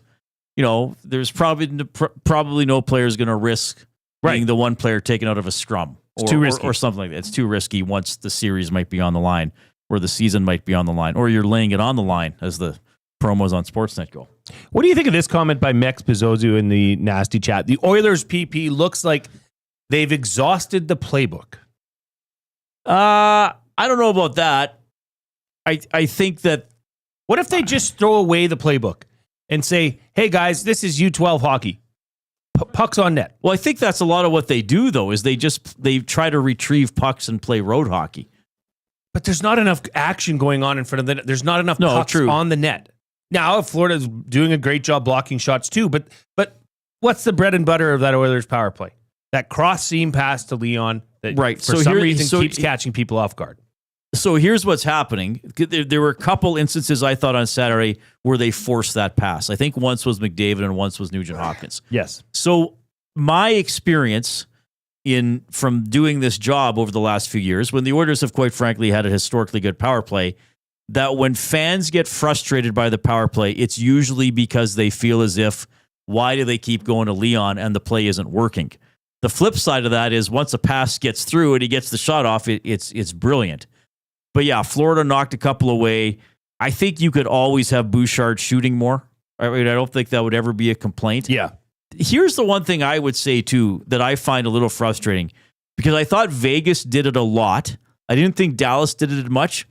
I've seen Florida do it, but probably of the teams that the Oilers have played, Vegas did it the most, is the defensemen shoot wide on purpose. Oh, if I put the shot on net, it's going to be blocked. Okay, I'll throw it 2 feet wide of the net. Just cause chaos. Where is it bouncing? Exactly. Like I wouldn't mind if Bouchard did that a little more often. Okay, I can't get this one through, but I can shoot it wide. That might be coming right in front. Yep. And then the goalie's got to, or they have to find it before our guys can find it, and our guys are facing the net, and they're not. That might be a little tweak, but I get that for Mex. But I don't think the playbook is exhausted. I think they want to set up Leon. I think there are times they are a little too excited to do that, as opposed to someone else taking a shot. The case when Nuge just shot in Game 4. Oh yeah, he's got a pretty good shot. He doesn't have to pass. But yeah, would have a power play goal in the first period changed the outcome of the game? Given how the rest of it went, you could easily say no. But if it's 1-1 after 1 instead of 2-0, might have changed the tone a little bit. I think the frustration from Oilers fans comes from the optic that they're passing up grade A shot chances to make the perfect play. Right. Which, I mean, you got to live by the sword and die by the sword, I would say. Or a guy's in the slot between the hash marks and he passes to Leon, whose feet are behind the goal line. And we know he can score from there, but sometimes you feel as if, why didn't you just shoot? Right. Nuge, you have a wrist shot. I mean, all the other guys on the power play can shoot. I mean, even Perry could score from range, so he's camped out in front a little bit more. But yeah, the power play did not come through in that game. Here is a little bit more from Connor McDavid. He was asked specifically about the defensive work of Alexander Barkov. Here's how he replied. Well, it's the whole team. Their whole team defends really well. You know, whether you're out there against Barkov or anybody else, it's difficult. You know, they play a really, really solid brand of hockey. If you do manage to get through Barkov and their forwards, then you know they got Forsling, Ekblad, Jones, you know, back there, and they got a pretty good goalie as well. So they're a good team. They don't make it easy on you, but it's our job to figure them out, I guess. All right. Well, yeah. The as we've often said, the job of the top offensive players to figure out good defending and good goaltending. Of course, Chris Knoblauch's not going to name a starting goaltender today. I was shocked he was asked after the game on Saturday who the next goal. I mean, obviously he's not going to name it after a game. I laughed to myself when I heard that question in the scrum. Now, at the same time, though, Reid, it is a question that you're probably. It is a question. Maybe you're thinking he might answer it or slip up and answer it, but and he wouldn't say that today. But he was asked what I thought was a very good question today about Stuart Skinner already having been pulled twice in this building in this series. Yeah, it's some consideration, but I think also of how he's responded and how he's played in difficult situations, especially later half of the season. And maybe you got pulled, but I don't put any of that blame on him. So I think Stu, like our team, is very resilient. They play their best when their backs are against the wall, and we need great performances from them. No different than whether it's Stu or Picks. I think they've been able to come up big at most important times. All right. Now, having said that, I mean, who do you think's goalie going to be tomorrow? Honestly, and I'll echo a sentiment that Dusty shared, who cares? It doesn't matter if they're playing like dog, you know what, in front of good point. Whatever goaltender it is. Or if you're getting 18 shots at the other end or whatever. If you're getting shelled, it really doesn't matter. So the bigger question than goaltending should be what kind of team defense shows up tomorrow. What kind of team forecheck shows up tomorrow? Yeah. That's more important to this team than anybody in net. I mean, you look at all the bad games that, last game Pickard was in net. I mean, Stuart Skinner's been in net and gotten shelled. A lot of those are not solely on the goaltender, but rather the team that's in front of said goaltender. All right, you can get in touch by texting 780-218-9999. That is the afternoon inbox presented by River Cree Resort and Casino, home of the kitchen restaurant. All you can eat surf and turf for just $59.99 every Friday. That is from 4 to 10 p.m. You can email Reid at EdmontonSportsTalk.com, Jay at EdmontonSportsTalk.com. We have a couple limericks that have come in. We'll get to those as we move along throughout the course of the show. We're going to do buying or selling, and that's going to be presented by Damon Bunting. And we're going to go, one guy's going to go why it's over, and one guy's going to go why the Oilers are winning on Friday. And then in the segment after that, we're going to reverse those roles. So you're going to hear, this will be fun. You're going to hear the contrast, the positive and the negative from Jay and I coming up. It's 4:21. Here's the Coop.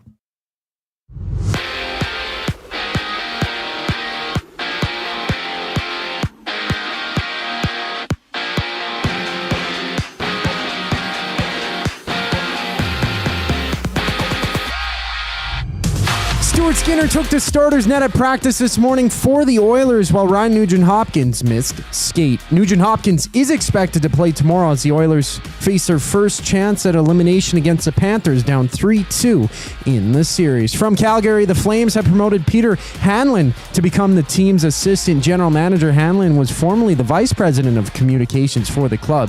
He starts his new role July 1st. Elsewhere, all 12 countries participating in hockey at next year's Winter Olympics have listed their first 6 players to make the squad. Connor McDavid headlights Canada's lineup alongside Sidney Crosby, Braden Point, Sam Reinhart, Cale Makar, and Nathan McKinnon, with Edmonton's Leon Draisaitl being listed for the Germans.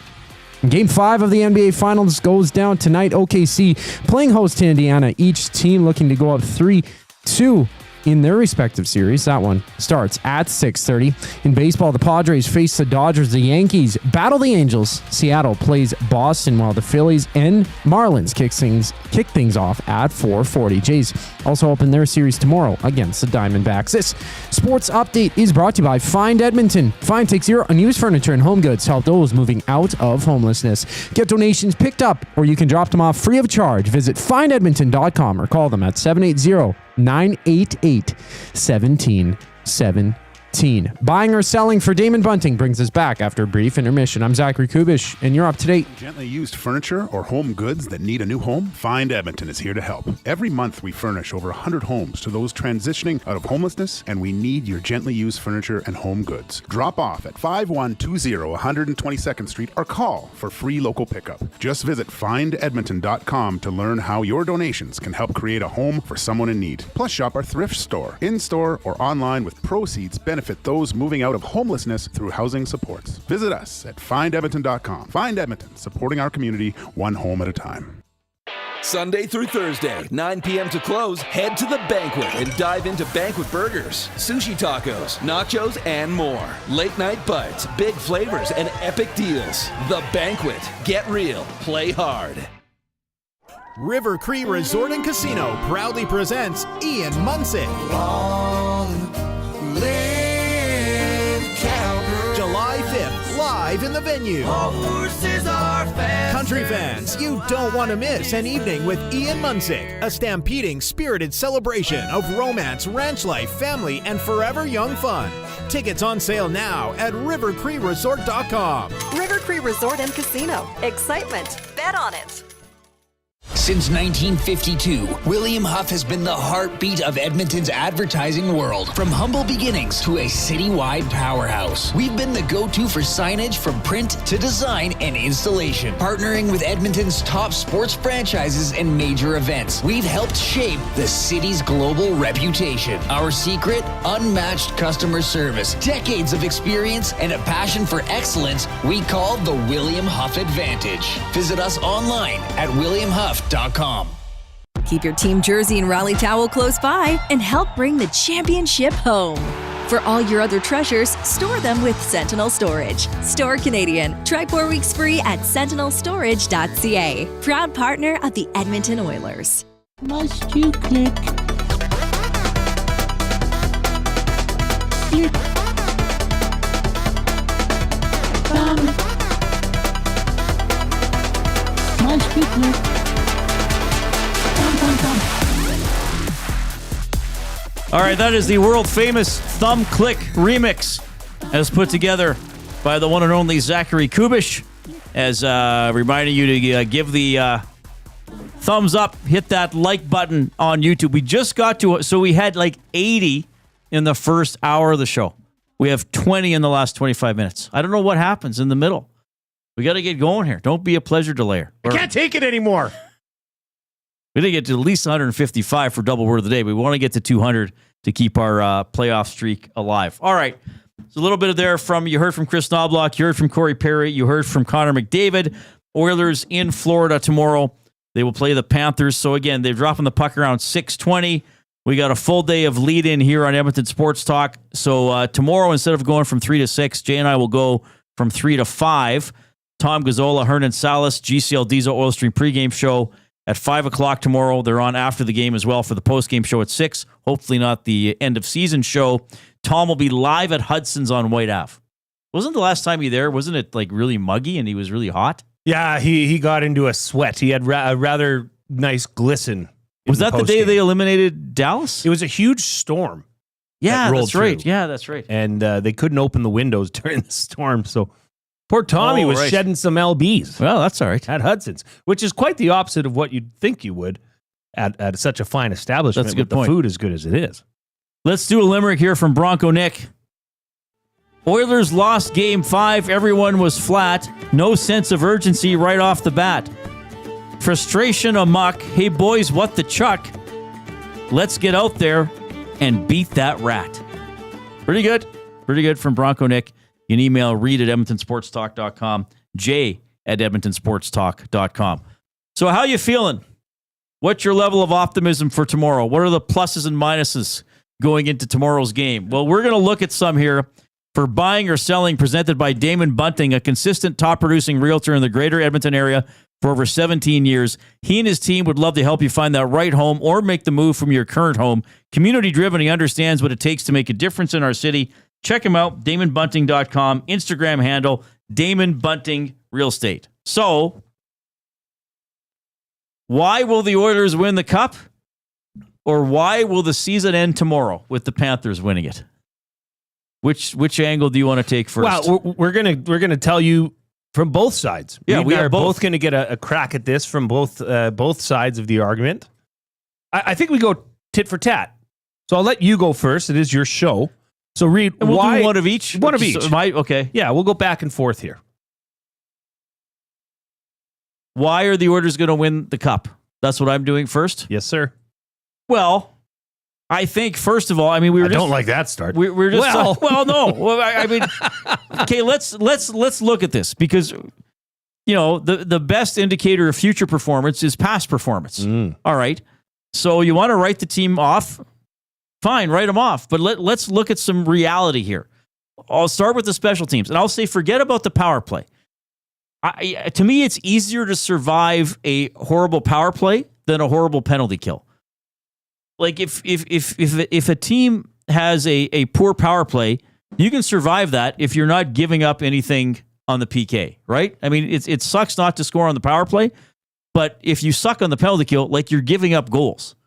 So let's look at what has happened after the fourth game. So after the third game. So starting with game 4 in the previous series.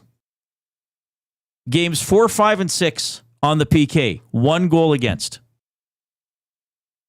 Games 4 and 5 against Vegas, 0 goals against while killing a penalty. Dallas games 4 and 5, they did give up 2, but it was a game in which the Oilers got 6 goals total, so you survived it. Game 4 against Florida, now small sample size because it's just 1 game, 0 goals against. Okay. So this has been a better and different PK once we hit game 4 in these series. They have gotten better. They have given up fewer goals against. So I think you couple that with also a team I think that realizes we hurt ourselves by taking too many penalties. So that's going to be my reason number 1 to be optimistic about the Oilers winning in 7 is that they're not going to take penalties and they're going to kill penalties. Okay? Oh, I like that. Well done. Why Florida will finish it off tomorrow. My first point, Florida is scoring goals, Reid. Florida is scoring goals. Almost 33% more goals in this series than the Edmonton Oilers have scored. They've scored 23 goals to Edmonton 16. They're 8th in playoff history for total goals in one postseason with 89 goals. That's the most by any team in 31 years. Now, as you know, the team that scores the most goals usually wins the game. It's helpful. It's helpful. And specifically, Marchand and Bennett. They have been eating the Oilers' lunch this entire series. They're the first teammates in 52 years to each tally 5 goals in the same final. Although Marchand does have 6, they're the first teammate tandem in 52 years to do that and record 5 each. And you're only going into game 6. So they've got to find a way to neutralize those two players Now, let me ask you this. I asked this on the Hangout. Is Brad Marchand playing out of this world? Or is he just finding ways to take advantage of deficiencies or tactical errors by the Oilers? I think that here's how I will answer that. I'm actually not going to take exactly one of those two options. I think Brad Marchand is a veteran player who recognizes that to win a Stanley Cup and he's won one and been to a couple other finals is that you got to take the bull by the horns. Sometimes you just have to go for it. And he's scored a couple of great individual goals where I think he's thought, okay, I'm not putting my team at risk by making this rush. I'm not, making a stupid pass or going to give up a 3-on-1 the other way. And I think he's recognized, okay, I'm going to take the puck to the net. I'm going to make them stop me. And I think he's recognized appropriate times to do that. And then plus he has finished. That's how I look at that. And I mean, I think that's the beauty of team sports is that sometimes an individual has to step up and say, this one's on me. I'm gonna carry the load here, guys. And I think he's got the cojones to do that, and he's executed. But that's going to be my second reason why the Oilers are going to win this series in 7 is specifically because of those goal totals by Marchand and Bennett. They have 11 of their 23 goals in that series. They're leaning on 2 guys. Stop those 2 guys, and you stop the majority of the Panthers' attack. So, and I'm going to say eventually there's going to be a game where maybe those guys don't score, or the Oilers actually negate them, and maybe they rely on somebody else to try to get a goal, and nobody else is scoring right now. So I'm going to say that's a reason why the Oilers can win, is because I don't see those guys combining for 14, 15, 16 goals in a Stanley Cup final by the time it's all said and done. Ooh, you're pitting that one right against my point, which I really like. Yes. Why Florida will finish it off tomorrow, point number 2. Sergei Bobrovsky. He's playing above his career playoff numbers this postseason. He's currently sitting at a 2.26 GA and a 912 save percentage. He has a career record of 12-8 in potential series clinching games. This lends itself to my first topic, or my first point, is if the Oilers can score goals, great. But if they get into a low-scoring game, I really don't like their chances against a competitor like Bobrovsky. This isn't the Oilers where it's, you're talking about $3 million players in Skinner and Pickard. Take your pick. But as we've established, or at least as I've said, I don't think it matters so much for them. Sergei Bobrovsky can come in and steal a game. And I know you hate this term, but he can come in and goalie a team, and it's over. So that's my point number 2, because I don't think he's done that yet. Stolen a game. And I just feel it's a matter of time till he does. All right, my third point as to why the Oilers are going to win this series in 7. And it relates to my earlier very specific point about how the Oilers' PK has gotten better as the previous series have gone on. And this has been referenced a lot. That for whatever reason, this Oilers team is comfortable being uncomfortable and seems to really wake up when all of a sudden, oh my goodness, we're in a really bad situation here. I guess it's time to get going. Let's look at the last couple of years. Vancouver trailed the series 1-0, 2-1, and 3-2. 1 in 7. Last year against the Dallas Stars, trailed the series 2-1, trailed game 4 2-0 in the first period, won the series in 6. Last year in the Stanley Cup final, down 3-0, written off, did come back to force game 7. This year, down 2-0 to the Los Angeles Kings. Well, guess it's finally over. Guess you can't beat LA this time. Guess all the Kings' work they put into building a roster that is beat the Oilers is going to cash in. Oilers didn't lose a game. Now, Vegas, they never trailed in the series.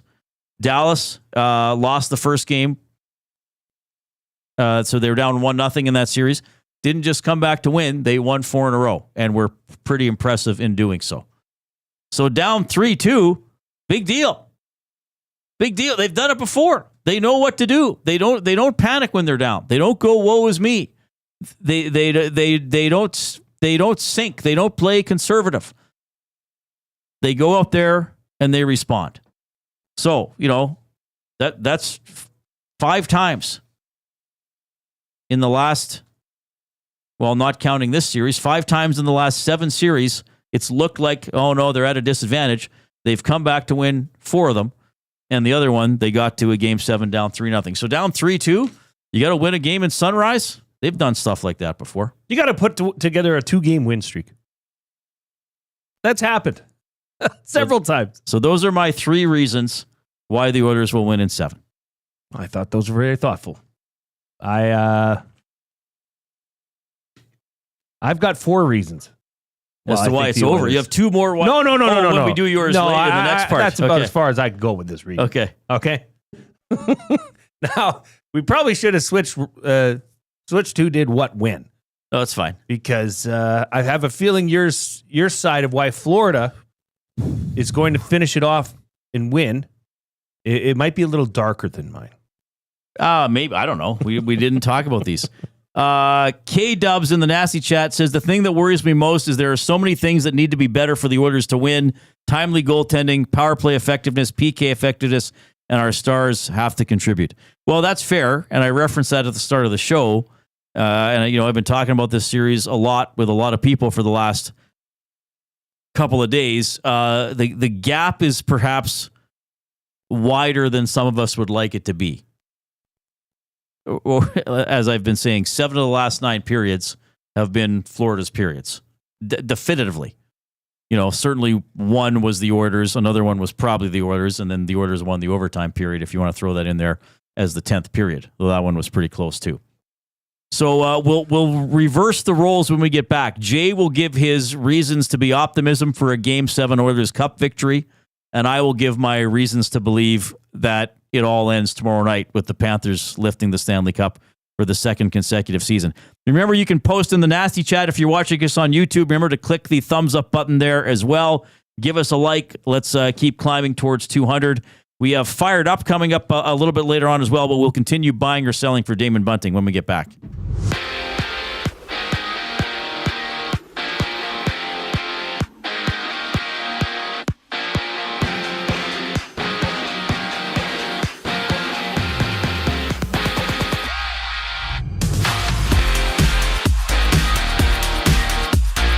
Ryan Nugent-Hopkins missed practice this morning for the Oilers with Stuart Skinner in the starter's net. Game 6 goes tomorrow with Ryan Nugent-Hopkins expected to be good to go for Edmonton, with the team 1 loss away from losing 2 straight Cup finals to the Panthers. Meanwhile, Canada has named its first 6 players making next year's Olympic hockey team. Connor McDavid, Sidney Crosby, Nathan McKinnon, Cale Makar, Sam Reinhart, and Braden Point rounding out the list. While for the Germans, Leon Draisaitl was the headliner for the team. Down south, Calgary's Vice President of Communications, Peter Hanlon, has been promoted to become the team's Assistant General Manager. Hanlon takes on the new duty starting July 1st. Elsewhere, the Thunder battle the Pacers. Game 5 of the NBA Finals. That series is locked at 2 apiece with tip-off at 6:30.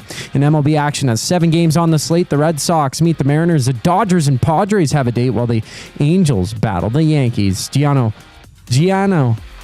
Giancarlo Stanton with his season debut for New York, with the Marlins and Phillies just about to get underway. This sports update is brought to you by Paramount Flooring, proudly serving Edmonton and area for over 30 years. Their West End showroom is open 7 days a week. You can also shop online at ParamountFlooring.ca. Buying or selling continues for Damon Bunting once we get back. I'm Zachary Kubish, and you're up to date. Get your fix every single game with the GCL Diesel Oil Stream pregame and postgame shows with Tom Gazzola and Hernan Salas. Whether it's breaking down the starting lineup, predicting key matchups, or diving deep into the game's biggest moments, Tom and Hernan are here to give you the best insight and analysis in the city. After the final horn, get the breakdown of every key moment, performance, and player reactions. It's your one-stop shop for all things game day. Catch the GCL Diesel Oil Stream pregame and postgame shows with Tom Gazzola and Hernan Salas, only on Edmonton Sports Talk, your clear choice for Edmonton sports. Timeout Edmonton. The new Play Alberta app has arrived, and it's here to make your gambling experiences more fun, exciting, and secure.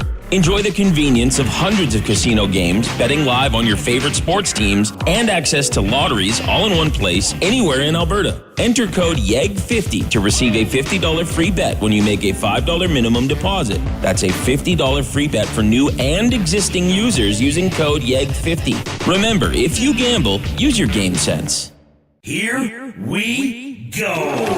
Football is back at Play Alberta Field at Commonwealth. Cheer on your green and gold as we kick off the excitement with the ultimate celebration of the game we love. Thursday, June 19th, Edmonton versus Montreal. A huge home opener with the Super Dogs halftime show. Plus the debut of our new in-house band, brand new food items, and to celebrate every Double E touchdown, the return of an old favorite. Get your home opener tickets now at GoElks.com. Game day sponsored by Edmonton International Airport. Go Elks!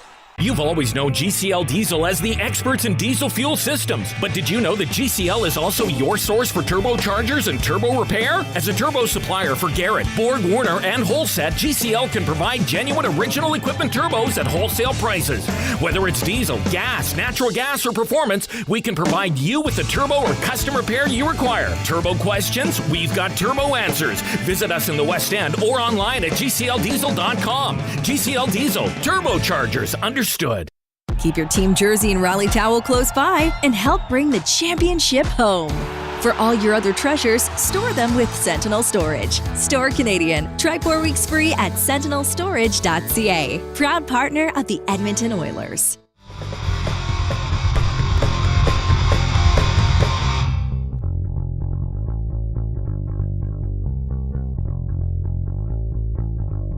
Believe in me, the dreams that I foresee. Believe in me, believe in me, believe in me, the dreams that I foresee. Believe in me, yeah, yeah, yeah. Believe in me, the dreams that I foresee. All right, thanks a lot for joining us this afternoon along with Jason Milne. I'm Reid Wilkins on Edmonton Sports Talk, presented by Play Alberta, your clear choice for Edmonton sports. We are in the Banquet Studio, craving a late-night snack. Check out the Banquet's new late-night happy hour menu, Sunday to Thursday, 9 p.m. until close. Enjoy favorites like sweet and spicy lettuce wraps or the Banquet burger at happy hour prices. The Banquet, get real, play hard. Our off-topic topic, okay, could we put in a poll, Coop? Did you do that? Okay, so let's do a poll. The off-topic topic was Schwarzenegger's best role. I watched most of Terminator 2 with my dad last night, unplanned. We found it on TV after supper. We missed the first 10 minutes, so we didn't see the whole where they came back in time. You know, we missed a little bit of the setup. So what are we going to do for the finalists? T2. Terminator 2. True Lies. Yeah. Predator. And are we doing Commando? Commando. Ahead of Total Recall? Because I think we can only put 4 options up. That's right. All right. True Lies. Hold on. Hold on, Coop. Oh, no. Coop, did you just say true what? Yeah, I never heard of that movie. Okay, first of all, we've mentioned it several times during the show today. Yeah. All right. Okay. You've never heard of True Lies. You've never heard of True Lies. Never. Not even once. This is today. This is difficult. This is a difficult moment in my life. Seems redundant. True Lies. It seems like one of the best action movies ever made. That's what it seems like. I've watched Die Hard once. I would suggest checking it out. You know what? True Lies is better than Die Hard. Wow. I don't think Die Hard's that good. True Lies is better than Everybody Die Hard. raves about Die Hard. Die Hard's fun. Die Hard's fun. It's but okay. True Lies is better than Die Hard. I mean, Die Hard's kind of a... It's still a very good... Like, I'll defend Die Hard for sure, but... Will you? Yes. True Lies is great. Now, Terminator 2 is probably better than True Lies. All right, Coop. So can you put those up? Should I do it on Twitter as well? What is Schwarzenegger? How do you spell? Okay, so I'll do it on Twitter as well until 6 o'clock. How do I do a poll here? We're doing it live. I want to do it alphabetically. So Commando. Okay. What's after Commando? Predator. Then Terminator 2. Then Right. True Lies. That's 2 words, Coop. True Lies. Trulies. Yeah, Trulies. That's right. So length of poll will be 1 hour and about 15 minutes we'll put in. This is the definitive de facto poll. This will settle the debate. This will determine forever. Arnold's career. How Arnold's career is remembered. 100%. Yeah. Oh, my goodness. What a show. Oilers Panthers tomorrow, as the Oilers must win. It is actually a must win. This is an appropriate time to use the term must win.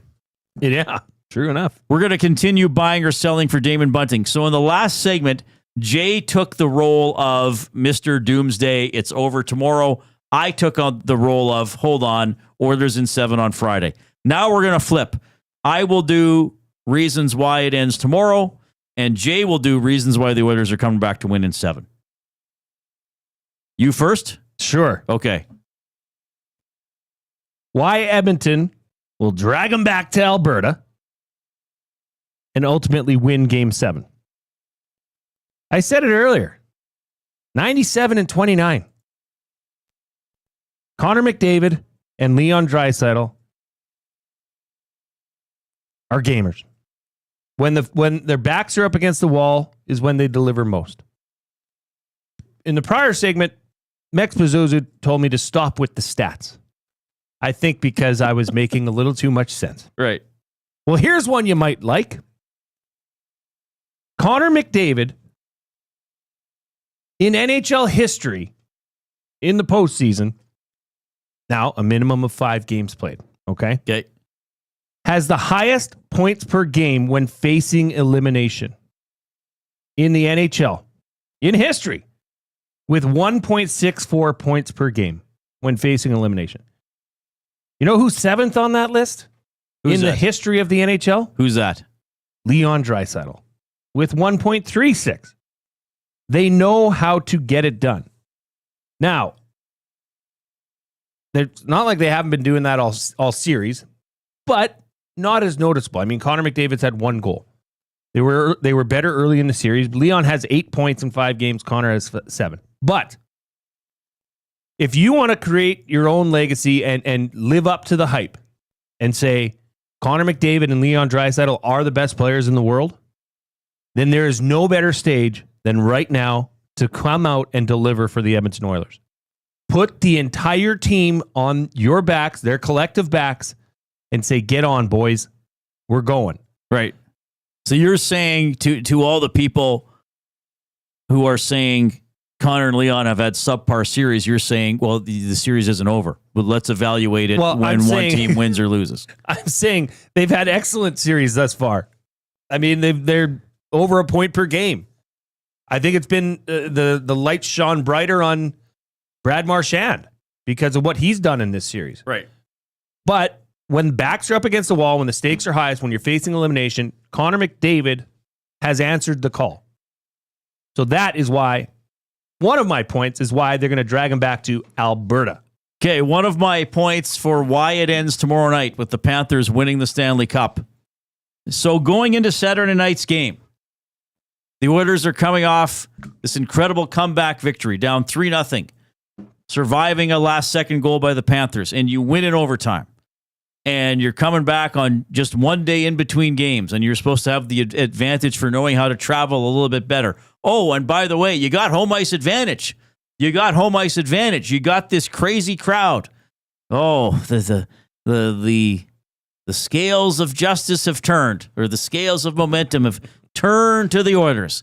They're coming off the dramatic victory. They have home ice advantage. Here we go. Well, what happens in Game 5? The Edmonton Oilers come out and get 19 shots on goal. 19 shots on goal. That's it. That's all you got. 19 shots on goal. And, 21 shots on goal. So Bobrovsky made 19 saves. So you come out, a chance to take control of the Stanley Cup final. A chance where, if the Oilers would have won Game 5, it's a situation where it's like, well, worst case scenario, you're going to play at home for the Stanley Cup in Game 7 because you can survive a Game 6 loss. All that on the line, they come out and they get 21 shots on goal. And this is on, I think, both the Oilers for not starting the game poorly and also on how the Panthers have been playing. The Panthers didn't give them much, and the Oilers couldn't generate much against a very stingy Panthers team. So now with the Panthers smelling blood and a chance to put it away, why would I believe the Oilers are going to come out and generate a lot when they just couldn't generate anything in an exciting situation in Game 5? There's my reason number 1 why it's over tomorrow. Reason number 2 why Edmonton's going to drag them back to Alberta. Things aren't that bad. 3 of these 5 games have went to overtime. This has been a tight series. You and I, Reid, have seen flashes of domination from this team. It just hasn't been there as of late. Recency bias would suggest that this team is just not good enough to hang with Florida, but they have. And that could be said about LA early in that series. Oh, LA's got them. LA knows how to beat the Oilers. We've heard that over and over and over again. But this has been a very tight series. I just think it's not as bad as some may think it is, and share that with the thought that we've seen this team do what it takes to beat the Florida Panthers. Combine that with who we think is going to be the starter tomorrow in Stuart Skinner. Last time this happened, he got benched, came back in, dominant performance for the next, I think, 3 games for Stuart Skinner. Well, he needs 2 dominant performances, and maybe that might motivate this team to actually play some good damn hockey in front of him, if it is Stuart Skinner. So things aren't that bad. This has been close. It will continue to be close, but I'm not giving up yet. All right, my second reason why it ends tomorrow is one of the things you just referenced is goaltending and goalie uncertainty for the Edmonton Oilers. Now, we're pretty sure Stuart Skinner is going to play. But it's been back and forth. I know part of the reason that Pickard missed some games was injury. Fair enough. But it's at the point where it's a little bit like who's going to play and how are they going to play? If Sergei Bobrovsky were to give up 8 goals on 15 shots and be pulled early in the second period, he's the goalie next game for Florida. There is no doubt about it. And there would be very little doubt that he would probably bounce back from that with a very strong performance because he's proven to be one of the best goalies in the league over the last several seasons. Now, for the Oilers, okay, who's starting and how are they going to play? Now, there have been some very good goaltending performances. Pickard winning 6 in a row against LA and Vegas. Skinner coming back in against Vegas and how he played against Dallas, he was very good and excellent in a couple games. But now we're into this series and it's like, who's playing and how are they going to play? Fair question someone asked today of Knoblauch. You might start Stuart Skinner in a building in which he's been pulled twice. Does that factor into anything? Pickard helped save the day in Game 4 in the overtime comeback win. In Florida, starts the next game. Florida didn't have a lot of shots either. He's beaten 4 times. So goalie uncertainty, to me, is a reason why the Oilers will not extend the series tomorrow night. That's a lot of ifs and buts, Reid. You know what they say, if ifs and buts were candies and nuts. I've never got that term. So what if ifs and buts were candies and nuts? I don't know. Would that be a great world to live in? We'd be hungry, I guess. Or wouldn't be hungry. We wouldn't be hungry. We'd be fat. We'd be unhealthy. 6 teams have won Game 6 on the road to force a Game 7. 4 of those teams have went on to win the Cup. I think tomorrow night is a Stanley Cup final. I think if the Oilers can win that, they can come home and finish the job off in Edmonton. And not to mention, I mentioned this to you earlier, and you said, well, they're not thinking about that. You're damn right they are. And if they're not thinking about it, their significant others are thinking about dreading having to board that plane again to come back to Edmonton. That is the last thing anybody in that organization wants to do, is have to come back to lowly Edmonton. Gross. Ugh. Why couldn't you bums finish it off in 6? You know the power and effect a wife has over a husband, Reid? I'm telling you, if they have to get on a plane and come back to Edmonton, Alberta, they are going to be hearing it from their significant others. And history's on their side. 4 out of 6 teams that have forced a Game 7 on the road have went on to win the Stanley Cup. That is my third and final reason why Edmonton will bring it back to Alberta and win the Stanley Cup. All right. My third and final reason why Florida finishes it off tomorrow. And if you're just joining us, we've given both sides of this. In the previous segment, I was the optimist and Jay was the pessimist. It's just Florida's team play. Look, the Oilers are a very good team. They've beaten some very good teams to get here. But then sometimes even between 2 very good teams for the championship, there starts to be some separation. And Florida just, to me, looks more organized and more detailed. You see it with their forecheck. They're right in there. You see it with the way they handle the puck, dump pucks in. Everything they do is with a purpose. They are not making hope plays. They know where the puck needs to go. They know where people need to be to get it back or to pressure the Oilers. And the Oilers now, like I've said, for most of the last 3 games, have proven that they cannot overcome that. So, I think even if the Oilers play a very, very good game, I think we're seeing that Florida's very, very good game is maybe better than the Oilers' very, very good game. So that is my third and final reason why I think the Panthers finish it off tomorrow night. I think your third point is just, if this was an actual debate and we were actually taking sides, I mean, let's be honest, Reid. Of course we want to see this team win. This is a team in the city in which we operate, right? And we broadcast. Of course, you want to be there for a Game 7 to cover the Stanley Cup final at home in Edmonton. It'd be great. Right? But you raised a few good points there, young man. And yeah, that's the thing. This is now, is that the best Florida can play? What you and I witnessed with our very own eyes on Saturday night. Yeah, maybe. Because I don't know that Edmonton can hang with them in that situation. Now, on the contrary, do you think that was close to Edmonton's best game? No, it wasn't. Wasn't remotely close.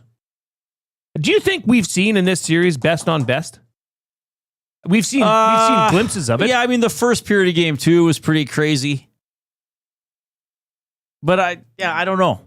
Do you ever truly see best on best, or is one team always doing a little bit to hinder the other? Well, as you've said, when a team is playing at their best, they're often limiting the team from being able to achieve their best. Right. All right. TBD, bro. TBD, bro. That's the fun part of it. I think we both made some good points and something to think about for sure. By the way, Edmonton Sports Talk is presented by Play Alberta. Why limit your choices when you could have it all? Play Alberta is your go-to app for casino games, sports betting, and lottery all in one place. With easy access to real money games, you can enjoy everything Alberta has to offer right at your fingertips. Download Play Alberta now and start playing today. If you're on the Play Alberta app or on playalberta.ca, click on sports, click on EST specials. You'll see a bunch of our featured wagers there, including Jay's Play of the Day. All right, so that was buying or selling for Damon Bunting. What's the storyline going to be once we actually get into the game tomorrow night? You can text us at 780-218-9999. That is the River Cree Resort and Casino inbox. River Cree Resort and Casino, home of the kitchen restaurant, all-you-can-eat prime rib buffet for just $49.99 every Sunday from 4 to 10 p.m. If you're in the Nasty Chat on YouTube, we appreciate the discussion going on there. Also, remember to give us a thumbs up. Click that like button. We're 30 away from double word of the day, 75 away from 200. We got to do some week in the final. Maybe people are going to rally like the Oilers have to rally in Game 4. It's and they're going to have to rally in this series. Yes. So let's get in there and click that thumbs up button. We want to get to 155 next to get to that double word of the day. The poll going on. What is Arnold Schwarzenegger's best role? And I'm glad Coop clarified, in a movie. Hey, Coop? In a movie. Yeah, I don't know. Not his long stage career. Or in a TV series. Or in a TV series. Or as a politician. What is Arnold Schwarzenegger's best role in a movie? Terminator 2 has a slight lead over True Lies. And on my Twitter account, Terminator 2 has a healthy lead over True Lies. So we'll see how this goes in the next hour or so. We're going to do, we got fired up for Gemco coming up. Hopefully a double word of the day. We don't even have a single one yet based on the thumbs up on YouTube. Here's the 5 o'clock break.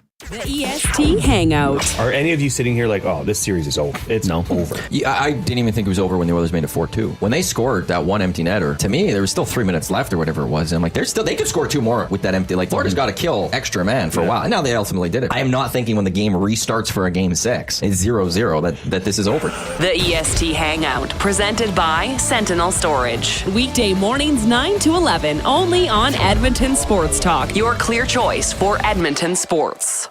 Fridays just got a whole lot more fun. Spin the wheel at the banquet for your shot to win big and save on your bill. Spin, win, save. It's that easy. Details at thebanquetbar.com. The Banquet. Get real. Play hard. Timeout, Edmonton. The new Play Alberta app has arrived, and it's here to make your gambling experiences more fun, exciting, and secure.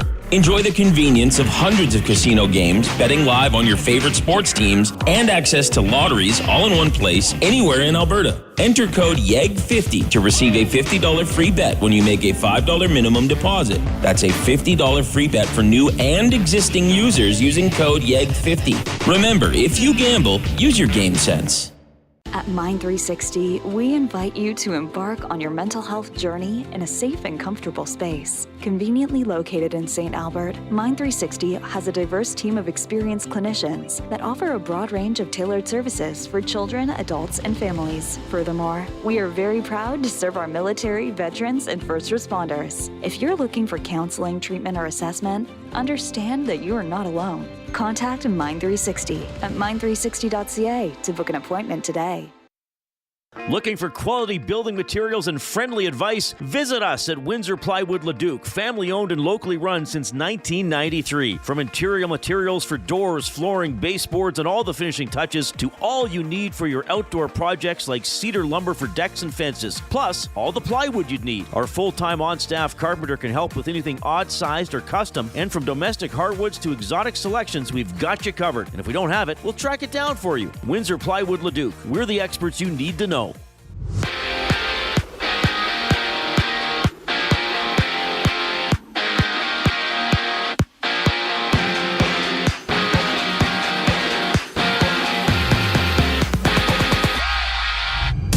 We're just about a day out from Game 6 of the Stanley Cup Final, and the Oilers hit the ice in Florida for practice this morning. Stuart Skinner took the starter's net with Brian Nugent-Hopkins missing practice. And for Game 6 tomorrow, Nugent-Hopkins is expected to play. Edmonton hoping to keep fighting for the cup, down 3-2 in the series. From Calgary, the Flames have promoted Vice President of Communications Peter Hanlon to become the club's Assistant General Manager. Hanlon takes on the new role starting July 1st. In other news, all 12 countries playing hockey in next year's Olympics have named 6 players to their roster. Canada, with Connor McDavid, Cale Makar, Nathan McKinnon, Sidney Crosby, Braden Point, and Sam Reinhart cemented to the roster. Leon Draisaitl headlines Germany's roster for the tournament starting in early February. On the court, the Pacers challenged the Thunder on the road in Game 5 of the NBA Finals.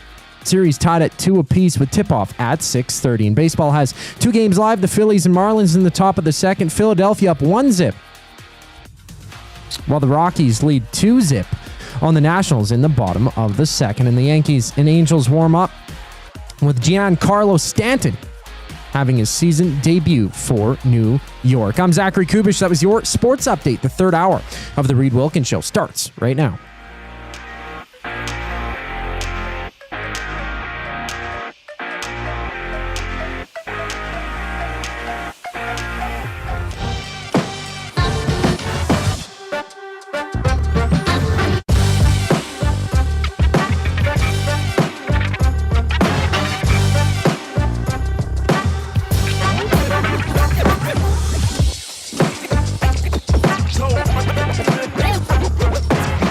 Good to have you tuning in this afternoon along with Jason Milne. I'm Reid Wilkins, Edmonton Sports Talk, your clear choice for Edmonton sports, presented by Play Alberta. All right. We got a limerick. Do you want to do VR's limerick?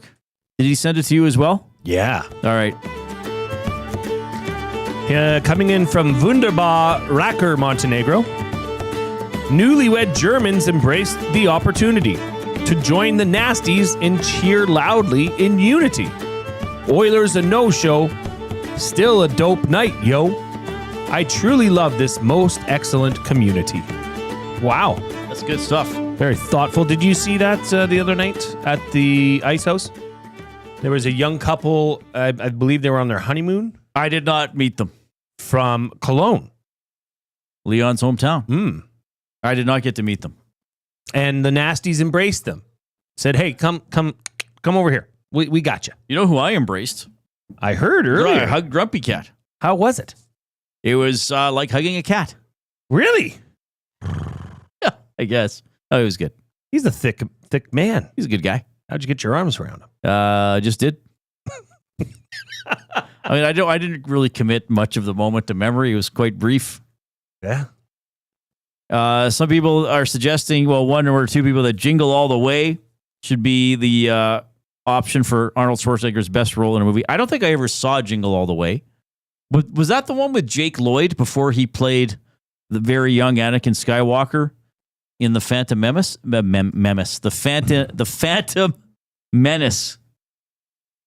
I think that was his role. Yes. That was Jake Lloyd. Yes. The kid. Yes. Chad on Twitter has just replied to my poll with a picture of Conan. So look, hey, we had to narrow it down to 4 choices.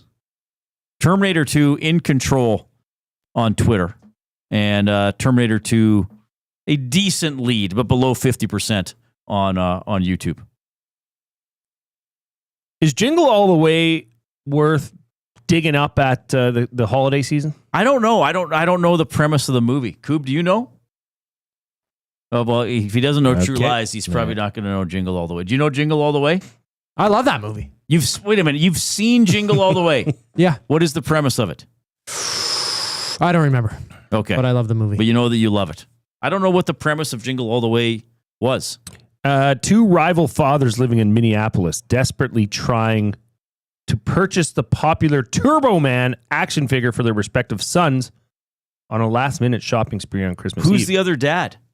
Sinbad, I think. Oh, Sinbad. I believe. Wow, okay. That or Phil Hartman. I don't know. I've never seen it, so I really can't say. I think somebody said it's Sinbad as well in the nasty chat.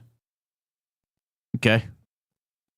All right, so there we go. We've learned. We've updated you on the Oilers. We've had some great discussion about the Oilers' prospects for tomorrow night's game, and we've learned you about Jingle All the Way. Pretty good. Where's your Simpsons clip? Oh yeah, I keep forgetting about that. I have all these clips. Oh, Papa Homer, You are so learned. Learned, son. It's pronounced learned. That's pretty good. Oh, by the way, Click, click, click. Must you click? Please, please click. Must you click? You must click. Thumb, thumb, thumb. keep giving us the thumbs up. If you're watching on YouTube, share the link with other people. Give us a thumbs up as well. Well, if you haven't given us the thumbs up, make sure you do that. So Jay and I had a lot of fun with that last one. We each gave several reasons. We did both sides of the argument, why the Oilers win in 7 or why the Panthers end it tomorrow.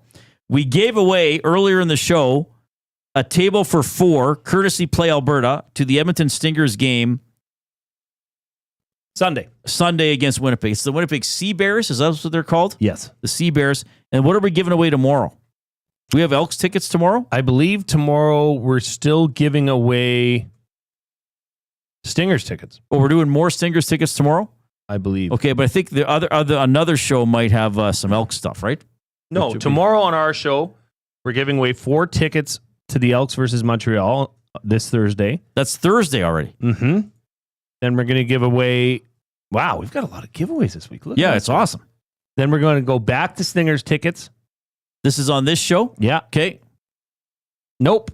No, we're just doing 2 days ago. We're doing 2 days ago, but other shows... EST afternoons, that's right. There's other tickets to give away, other shows that have giveaways. Thanks for mentioning So that. the Elks start the season... Pardon me. The Elks have their home opener on Thursday. They are 0-1. They started the season with the loss in BC. The very good Montreal Alouettes coming to town on Thursday. We'll talk more about that game the closer we get to it, but you guys have the Green and Gold kickoff show. Yes, and I'm going to be going down there on Wednesday for walkthrough to get some commentary on what they think happened, if they can pull it out and address it in such a... Well, it's a huge week. I mean, Montreal is coming off a short week, but Montreal's looked very good. Yeah. So it's not a must-win, Reid, but in these first 3 games... it's not a must-win till you're out if you lose.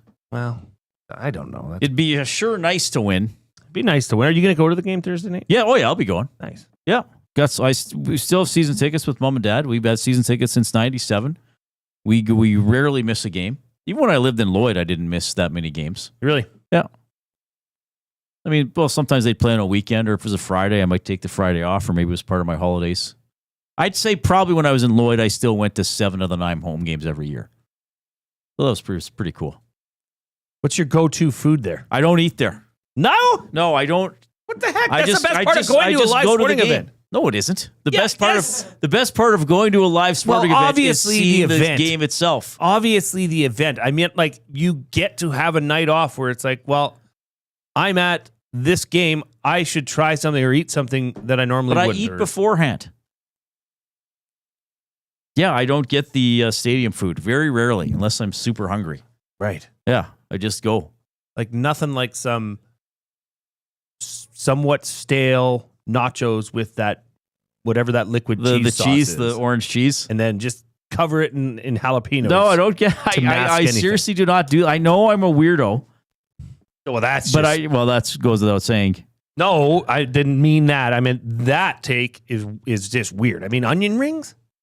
Nothing? But I want to just watch the game. I don't go there. It's not a restaurant. I don't go there for sustenance. It's not the food is not the main attraction. The game itself is the main attraction. What about emotional sustenance? Yes, emotional. Well, but unfortunately, Elks home games have not provided a lot of this is true positive emotional sustenance lately. So this is going to be a tough game against the Elks. Very, yeah, very. But here's the thing. Okay, I hate to say this. Right now? It's very, very early. Who do the Elks look like they can beat? We've only seen the Elks play one game, so maybe that's not really who they are. But they did not move the ball. They did not move the ball. Because I think that's such a small sample size to look at. But that's why this game, I think, is so important to see if they figured out things. I thought the offense was called quite bland. I did not like the approach. I don't think they committed to running the ball at all, which would open things up for Trey Ford later in the game. That did not happen. I thought the bright star out of that, if you had to just look at offense and defense, the defense definitely outshone the offense. Couldn't get off the field, but maybe that's just how good Nathan Work and the BC Lions are. Yeah, he's very good. To be determined. Though Winnipeg kind of stopped them before he got hurt, didn't they? It was a tighter game, yeah. Who's to say what would have happened? But they sure cost me. I'm sorry, buddy. But yeah, I didn't see. I just saw bits and pieces of CFL this last week. Obviously, two of the games were up against Oilers games, the Thursday game and the Sask Hamilton. Did Sask win with a relatively late touchdown? I think 28-23. Mm-hmm, yes. So covered. There are some. Calgary's 2-0. I mean, Calgary was picked to finish last by a lot of people, even behind Edmonton. Now, again, it is early. Not everybody has played everybody. Teams are figuring things out. It's just though with this Elks team. I mean, when was the last time they won? Haven't they gone 0-4, 0-7, 0-7, or were they 0-9 one of the years? 0-9 one of the years. When was the last time they won a game in June or July? 2000. I'm gonna go. Let's do it right now. We'll do it live. I had this answer for our pregame show last time, kickoff show. It wasn't. Okay, well, 2021, the season didn't start till August, so we won't count that one. Right? That's not really fair. I think it was 2019, Reid. Look at 2019. It might be. So 2022, the Elks lost 3 games in June and then 1 on Canada Day. Okay? In Hamilton. In 2023, yeah, that's okay. Yeah. The Elks lost 4 games in June and then 4 more games in July and 1 more in August. And then last year, well, they started 0-7. Yeah, they lost 4 games in June and 3 more in July. So in the previous 3 seasons, they have 1 win in June or July. Yeah, so 2019, they won. They went 2-1 in June and then 2-1 also in July. So they have 1 win in June or July in the last 3 seasons. We won't count 2021 because that was a shortened season and it didn't start until August. And they went 1-2 in their 3 games in August. So it's just, again, getting behind the 8 ball, like not looking good early, like having problems, having games slip away, getting blown out, losing close games. It's been frustrating. Oh, yes, to say the least. Now, do we know who's kicking yet on Thursday? Blanchard. I thought they brought in another kicker. Or was that something else? I mean, we won't get the depth charts until Wednesday. Right. So we'll know by our show on Wednesday, but I think after the game, they were quite committed to him still. I guess the reason I'm a little critical is I didn't like, I mean, you either win or lose. I get it. But I didn't like how they lost in game 1 against BC because the offense really didn't threaten. Yes, Ford made a couple of spectacular plays, and you need that. I mean, most great quarterbacks can make spectacular plays, but to be a great quarterback, you also have to run the offense efficiently. Like, to me, Ford doing things like that should be on top of driving the ball, not just, well, that's the only way they made a big play.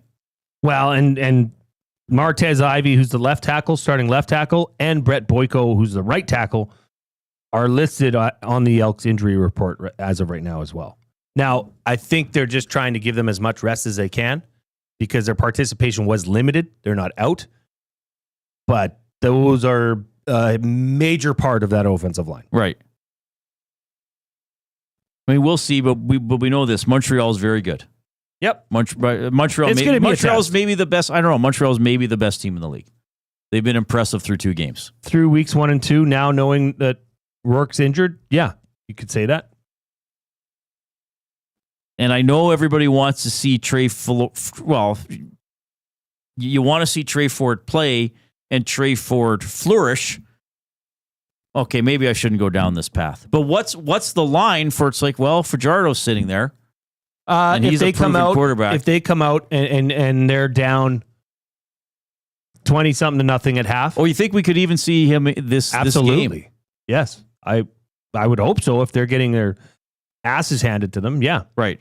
That's why you got him as a security blanket. If Trey Ford is not playing to the expectations or to the level that was set by the organization. Right, and then that's alarming because what if this is another year where it's like, well, we're still going to find. Like, at what point do we say we can't? There's nothing else to find out about Trey Ford.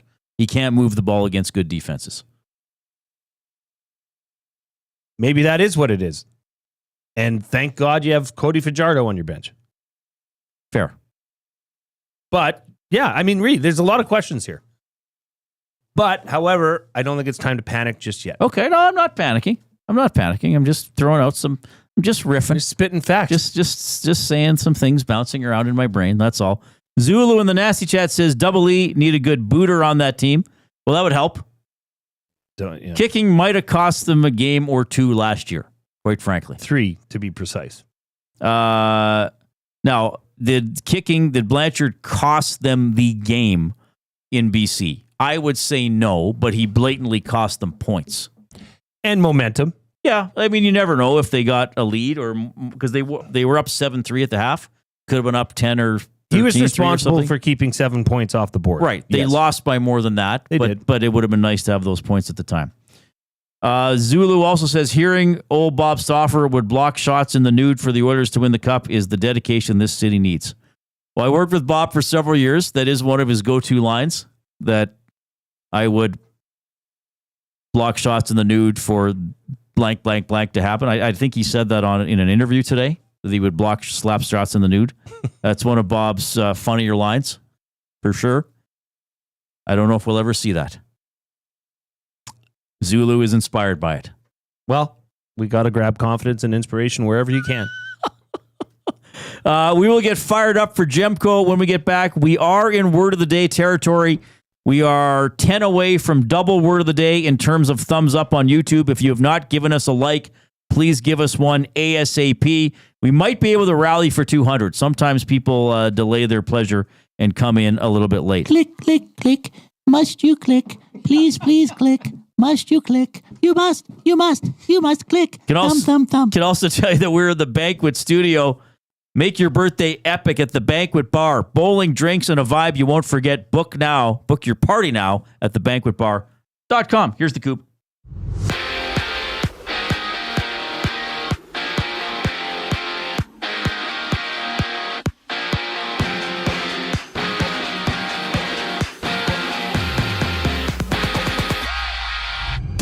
Stuart Skinner took the starter's net at practice this morning for the Oilers, while Ryan Nugent-Hopkins missed the skate. Nugent-Hopkins is expected to play tomorrow as the Oilers face their first elimination game against the Panthers, down 3-2 in the series. From Calgary, the Flames have promoted Peter Hanlon to become the team's assistant general manager. Hanlon was formerly the vice president of communications for the clubs. He starts his new role July 1st. For the Elks, their injury report has 2 offensive linemen in Brett Boyko and Martez Ivey limited with a hamstring injury, while receiver Arkell Smith was limited due to a head issue. Game 5 of the NBA Finals goes down tonight. OKC playing host to Indiana. That series tied at 2 apiece. Tip-off at 6:30. In baseball, 3 games are live. Angels and Yankees runless midway through the first, while the Marlins and Phillies are locked at 1 aside in the second as the Nationals trail the Rockies 2-0 in the 3rd inning. This sports update is brought to you by Windsor Plywood Leduc, locally owned and operated, serving Leduc and surrounding areas since '93. They have doors, flooring, baseboards, and of course, they got plywood. Go see the knowledgeable staff today at Windsor Plywood Leduc. The show rolls on after a brief break. I'm Zachary Kubish, keeping you in the loop. The Nielsen Show with Lieutenant Eric. Craig Button is our hockey insider today. So when you're looking down your bench and you're figuring out, what do I do? Who do I put out there? He's in hope mode now that somebody can go out there and give him a good shift. That's how it was Saturday night. And that again speaks to a roster right now. Far too many players are giving far too little. It's almost like he's just got to appeal to empty the tanks, guys. We need everybody to try to max out here. The Nielsen Show with Lieutenant Eric, presented by South Fort Chevrolet. Weekday mornings 6 to 9, only on Edmonton Sports Talk, your clear choice for Edmonton sports. Strike up some fun at the Banquet Bar. Bowling, drinks, and a great time with friends, where the good times roll. Whether you're here to bowl or just hang out, the Banquet Bar is your go-to spot. Get real, play hard at the Banquet. Hey Edmonton, ready to take advantage of lower rates and better pricing? South Fort Chevrolet in Fort Saskatchewan has you covered. From rugged trucks to sleek SUVs. And with over 40 years in business, you can trust that you're getting the best deal on your new ride. As the proud title sponsor of the Nielsen Show, EST listeners can drive a little to save a lot with South Fort Chevrolet's transparent pricing and down-to-earth sales team. Visit us today in Fort Saskatchewan or online at southfortchev.com. River Cree Resort and Casino proudly presents Ian Munsick. July 5th, live in the venue. Country fans, you don't want to miss an evening with Ian Munsick, a stampeding, spirited celebration of romance, ranch life, family, and forever young fun. Tickets on sale now at rivercreeresort.com. River Cree Resort and Casino. Excitement. Bet on it. Keep your team jersey and rally towel close by and help bring the championship home. For all your other treasures, store them with Sentinel Storage. Store Canadian. Try 4 weeks free at sentinelstorage.ca. Proud partner of the Edmonton Oilers.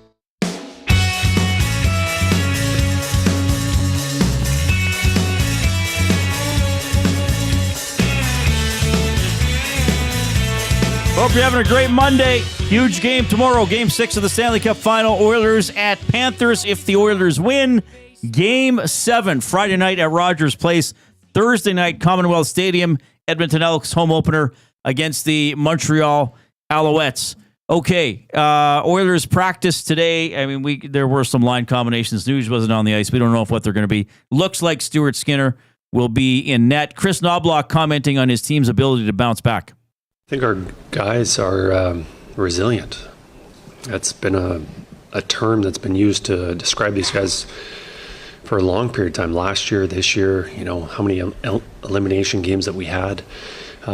Just for some reason, when their backs are up against the wall and they've hit rock bottom or they're facing elimination, and that goes back to pretty much my first day with the organization. They were near the bottom of the standings and couldn't get much worse and didn't look like they were going to make playoffs. And of course they respond and they play extremely well and win a ton of games. Last year in the playoffs, numerous elimination games, whether against Florida, Vancouver, again, backs against the wall, they play their best and they don't, they panic. Like, the mood out there today on the ice was fantastic. They're embracing the challenge. They love challenges.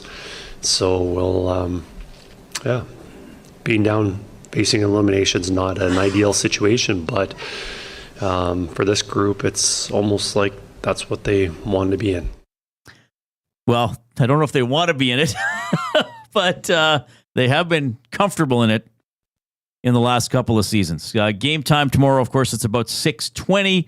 Jay and I will go from 3 to 5 tomorrow. Then the GCL Diesel Oil Stream pregame show starts at 5. Tom Gazzola will be live at Hudson's on White Ave. All right. 5 thumbs. Need 5 likes on the YouTube stream to get to a double word of the day and perhaps a late rally to get to 200 for, what do we call that? Well, just our playoff plateau. Yeah. Got a late word of the late limerick from Jeff, normally in YYZ. Today he's checking in from the Yukon. Wow. An extra day of finals reprieve where officials cat rats can't deceive. Game 6 is in store. Lots of comebacks before. Look out, Florida. Oil fans believe. Yeah. Well, like I said, walking around Ice District after the game on Saturday, I had a lot of people say to me, well, Oilers in 7. I guess it's Oilers in 7. Well, so why not? Spoken. Why not believe? Nothing wrong with being positive. Time to get fired up for Gemco. Gemco Fireplaces, proudly serving Edmonton and area for 45 years. The authorized dealer for Napoleon Fireplaces, whether it's gas or wood burning, look no further than Canadian-made Napoleon Fireplaces. All the Napoleon products you need are available at Gemco, 9281 50th Street. I defer to you, Mr. Milne. Wow. I hurt myself. To me, that does not seem to be something, you're fired up in an angry sort of way. Yeah, I'm ticked off. I don't know what happened. I was doing some work outside. We have a above ground pool that I needed to clean out, and we're going to get it filled. So I had to clean it out, and I must have slipped a bit. But my groin is, it's bad. And I don't know how, it's just like nagging. It just won't go away. So I don't know if it's just, hey, you're 43, dumb, take it easy. I haven't iced it. I haven't stretched anything. That's probably both the things I should do. But I'm not used to that. I'm not used to things nagging me. Right. Because you're in good shape. So I'm kind of annoyed. That fires me up. Is that okay? Yeah. Can I Is that it? Can I, well, You don't I just, you don't sound that fired up. You sound more depressed about it. Well, maybe I am. It's like you're toned down. I'm just fired up because I'm just not used to it. So I don't know how to handle it. I don't know what I should use to remedy my groin that is clearly bothering me. You just got to rest, I guess. Well, I don't know if I can do that. I was fired up on Sunday. The great age 10-11 Packers came out with a dominant 38-20 victory over the Colts in flag football. Oh, good. We pulled out the playbook, Reid. We threw 2 touchdowns off of reverse passes. Oh, wow. Those are legal? It was phenomenal. Yeah, it was a great game. It was a great team effort. So go Pack. So what's your record now? That win got us to 500. No, sorry. That win got us to 4-3. We're above 500. We play one of the lower teams in the league next week. So we should be able to finish this out on a positive. We've only got, next week, we've got back-to-back games, Saturday, Sunday. And then that's it? That's it. Then I get my freedom back. Do you think you might win Coach of the Year? Oh, I you know what, Reid? I doubt it. If they were to give that out, I don't think it would go to me. But it was fun. And the kids are playing better. They've clearly learned the game of football this year. So as a coach, that's really all you can ask for. They've improved too. Started out a little bit rocky. Right. And now they're firing on all cylinders. So I think that's all you can ask for, no? Yeah, I think that's good. I think you've done a great job. Who's your assistant coach again? April, my wife. No other parents are coaching? Nope. Nobody wanted to. I asked. Right. But nobody else wanted to. Now, did they know that you played U Sports football? I told them that in my introductory email is, hey, I'm Jay. I'm your coach. Yep. So you think they were intimidated? They think they'd be like, oh, I don't want to coach because this guy knows so much more than me. I hope not. Because this is, you're coaching 10 and 11-year-olds, a game that most of them haven't played. Part of the coaching duty would be fixing belts. Yeah. Like I remember, I don't know why I remember this, but when I was like, I was Mighty Mites. So what's that called now? I was between when I was 6 and 8 playing hockey. Right. My dad coached the team. And I remember, I think there might have been it might have even been like a high school student that was like around the rink and was one of the more responsible students in town. And my dad was like, well, I'm looking for an assistant coach. Like, if you want to help out, good, in the community, volunteer, work with young players and stuff. And the guy was like, well, I can't coach. Like, what are the responsibilities? And my dad's like, tying skates and wiping noses. Like, let's not, we don't need you to drop a breakout here. Yeah. If you could, sure, at some point you might have to tell little Reid, like, hey, remember to pass to the guy that's wearing the same jersey as you, not the other guy. Well, it's glorified babysitting at that age. Yeah. Well, right? I mean, you want to help, but all right. So, well, I wish you the best. I've enjoyed hearing about your flag football tales, and I know you're passionate about it. Like, I know you're one of those guys. You genuinely want the kids to have a positive experience. Absolutely. And I mean, I know you like winning, but I'm sure you're glad there's been improvement. That is true. And I'm honestly, here's the thing. Kids, especially, I would say at that 10-11 age, those kids know the standings. They do. They tell me about them all the time. Right. They ask me what's the score during the game all the time. Of which most times, honestly, I don't know. Right. I think we're doing good. One game you didn't know to go for 2. That's correct. But winning is also fun. Now, it's not all about winning and losing. I understand that. But you can't tell me that the kids that are on the field don't want to win. They don't show up to lose. Right. So it's a mix of both.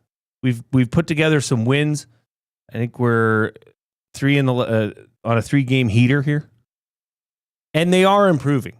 They're understanding the concepts behind football much better than they did at the start of the year. So that's a real win. Yeah, that's awesome. Yeah. All right.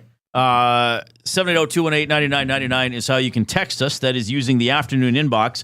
Presented by River Cree Resort and Casino, featuring Italia Restaurant, home of the $6.99 brunch special from 11 a.m. to 4 p.m. on Sundays. But you got kids playing basketball. You got kids doing gymnastics. You got flag football. What else do they do? I think basketball's finito. But is that the number one sport in your family? At least for the kids to play Basketball? and participate? Yeah. Yeah, I'd say. Yeah. I'd say. Is it Dustin's boy that's a swimmer? Yeah. What do they call him? The Torpedo? I think wow. that's his nickname, the Torpedo. Well, he's a massive child. Which usually helps with swimming, I think. And he can swim great lengths. Like I would say he is 100% a better swimmer than I am right now. Oh, cool. But, like, could you swim 2 lengths? I don't swim. I've never swum. Would you drown? Yes. Really? Yeah, I would. No, I never learned how to swim. Oh, wow. What a revelation. Yeah. So. And I've never been interested in learning. So I haven't. Huh. So throw me in the river. See what happens. I'll sink like a witch. Well, technically, I don't know. Old Wilkie was a warlock. The Barracuda. Everybody knows the Dustins. They call him the Barracuda. Oh, yeah. I was thinking Torpedo. You're thinking of, Torpedo. what was his name? Thorpe? Wasn't that? Yeah, who's the guy? Not Phelps. Yeah, but they was it an Australian guy that was the Torpedo? Yeah, who's the Torpedo? Who is the Torpedo? Probably could be a Bond villain as well. This could work out bad for me. Oh, Mr. Bond. Computer. Ian Thorpe. Was he Australian? Australian retired swimmer. What Olympics was he in? Let me tell you, Reid. I feel like he was before Phelps. Though Phelps did it for quite a while, didn't he?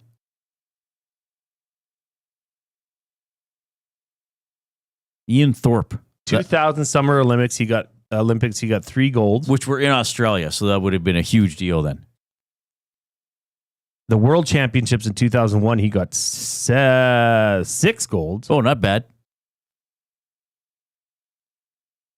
And then 2004, 2 golds. Did Phelps have a nickname? I don't know if Michael Phelps had a nickname. We'll have to get him on the show someday. So my buddy Brendan Escott over at Ched, who took over Inside Sports after I left, he got engaged in I can't remember the community in Arizona, but it's somewhere where his fiance's family has a place, and it's next to Michael Phelps. And he said in the engagement video, you can hear Michael Phelps like yelling at his kids in the background from next door. Oh, no way! Oh, wow! Yeah, that's pretty funny. I am fired up. Okay, so I'm just. Why is the NHL and the Olympics putting out these preliminary Olympic rosters in the middle of the Stanley Cup final? I don't get this. Like, put it out on July 21st when there's nothing else to talk about in hockey. Oh, hey, by the way, don't forget the Olympics are still coming up. Here's a reason to be thinking about hockey in the middle of the summer. It's the middle of the Stanley Cup final. There's 1 or 2 games left. Why does this have to get put out today? Why does it have to get put out? Because they name players ahead of time. Why? Because they do. When did that start? That's a good question. I think when they started sending pros, or shortly after. Why 6? Because I don't know. There's so many questions. I guess it's like, well, it's enough of the roster, but it's not the whole roster. So who is it, Coop? McDavid, McKinnon, McCarr, Crosby, Point. And Florida's own Sam Reinhart. Reinhart? Yeah. Yeah. Interesting. I'm surprised Brad Marchand isn't on that list. He might make it. Probably will. Max says they needed Leafs news. Austin Matthews, of course, on the American team. Maybe you need some Leafs news. That's a good point. That's the only theory I'll buy at this point. You got to pump up the Leafs. Like, couldn't you wait a week? Maybe 2? Yeah, like why not? Why not do it? Because do it July 17th. After free agency, after the draft. Oh, hey, here's a reason to think about the NHL. Oh, yeah, Olympics coming up. Scotty Knows in the Nasty Chest says, look to the 2009 Penguins for positive vibes. They lost 5-0 in Game 5 to the same Wings that beat them a year before. Everyone thought they were done. They managed to pull it off in 7. Now, the slight difference is, Scotty knows, I have to be picky about it. The Penguins went home for Game 6 and won 2-1, and then they beat Detroit 2-1 on the road in Game 7.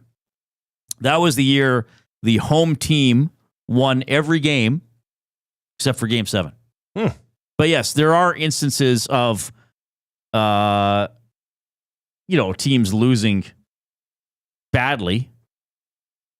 I want to check this because I referenced this last week. So in the 2001 Stanley Cup final, Colorado and New Jersey were tied 2 games apiece. Colorado hosted Game 5, and New Jersey beat them 4-1. So New Jersey goes home with a chance to win the Stanley Cup. The Avalanche win 4-0 in New Jersey, and then the Avalanche win Game 7 3-1. So to me, that's more of an inspiration because Colorado had to go in on the road and beat the Devils to stay alive and deny the Devils winning the Stanley Cup on home ice. What was your theory on this series following the same goal no longer pattern? Does that. It no longer following the same goal pattern as Game 1. Game 1. Edmonton, Florida, Edmonton. That no longer applies. I'm sorry. D-Rock says, I always said McDavid in Game 7 triple overtime. That would that would be amazing. Along the way, I don't know how many cardiac instances Oilers fans would have. Can you imagine? I believe there's only been 1 Game 7 overtime in the Stanley Cup final. Is that not correct? Wikipedia, Game 7, Stanley Cup final overtime series winners. Oh, pardon me, there have been 2. In 1950, Pete Babando scored for the Red Wings at 28-31 of overtime to beat the Rangers 4-3. 1954, Tony Leswick scored for the Red Wings to beat the Canadiens 2-1. So there have been 2 Stanley Cup final series that have come down to the Stanley Cup final championship game and then have come down to a championship goal. Game 7 going to overtime. Well, we're due. 1954, we're due for one. There hasn't even been a Stanley Cup final where the winning goal was scored in overtime since Alec Martinez in 2014, Game 5, Kings against the Rangers.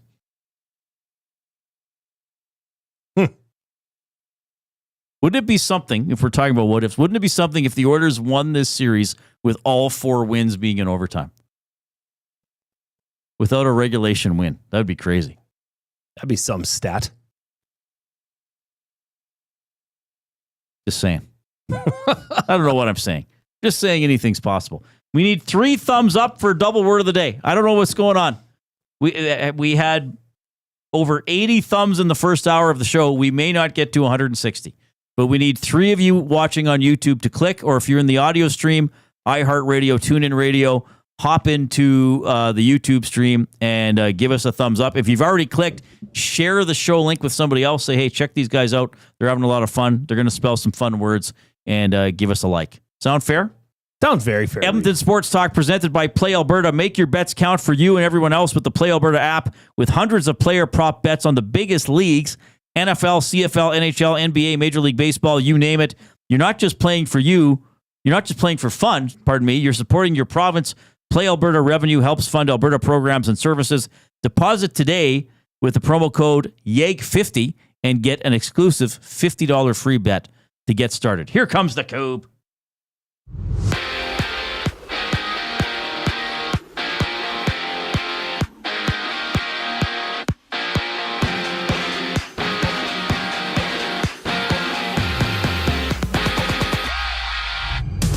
Day out from Game 6 of the Stanley Cup Final. The Oilers hit the ice this morning in Florida for practice. Stuart Skinner took the starter's net. Ryan Nugent-Hopkins missing the skate. And for the game tomorrow, Nugent-Hopkins is expected to play for Edmonton as they hope to keep fighting for the Cup, down 3-2 in the series against the Panthers. From Calgary, the Flames have promoted Vice President of Communications Peter Hanlon to become the club's assistant general manager. Hanlon takes on the role starting July 1st.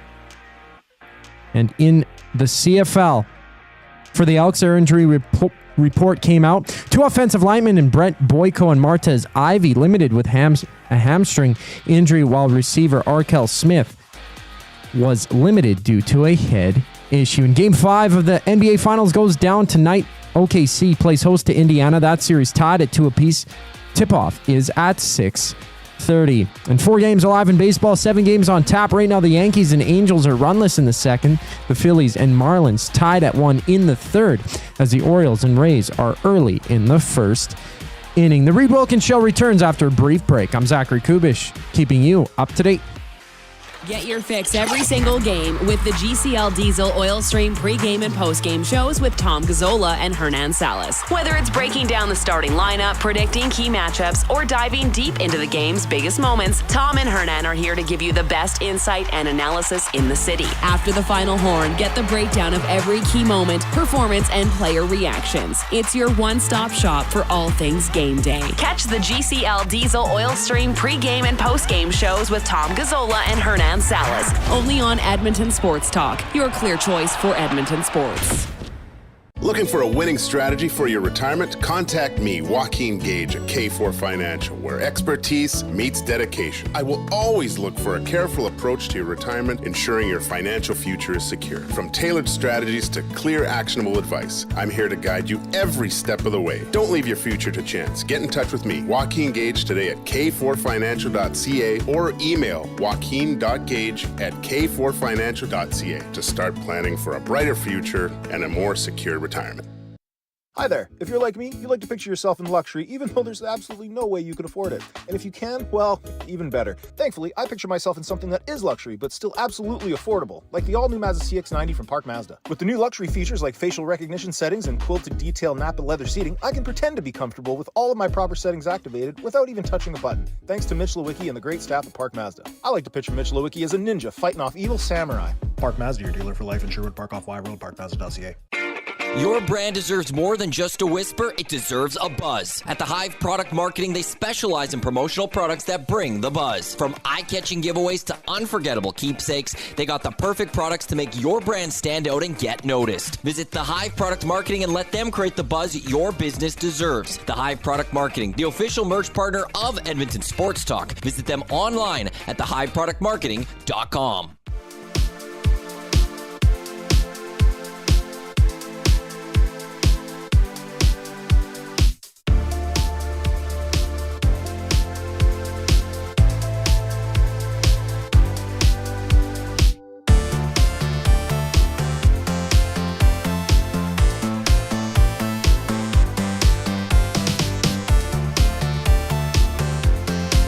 All right, hope you're having a great afternoon. Along with Jason Milne, I'm Reid Wilkins. Zachary Kubish here as well as your sports update deliverer and technical producer. Game 6 of the Stanley Cup Final is tomorrow. Tom Gazzola will be live from Hudson's on White Avenue for the GCL Diesel Oil Stream pregame show. That'll start at 5. Hernan Salas, Matt Cassian, big parts of that program as well. I'll be on the postgame show after for Reid's Reid, presented by Edmonton Garrison Memorial Golf and Curling Club. Elks home opener on Thursday against the Montreal Alouettes.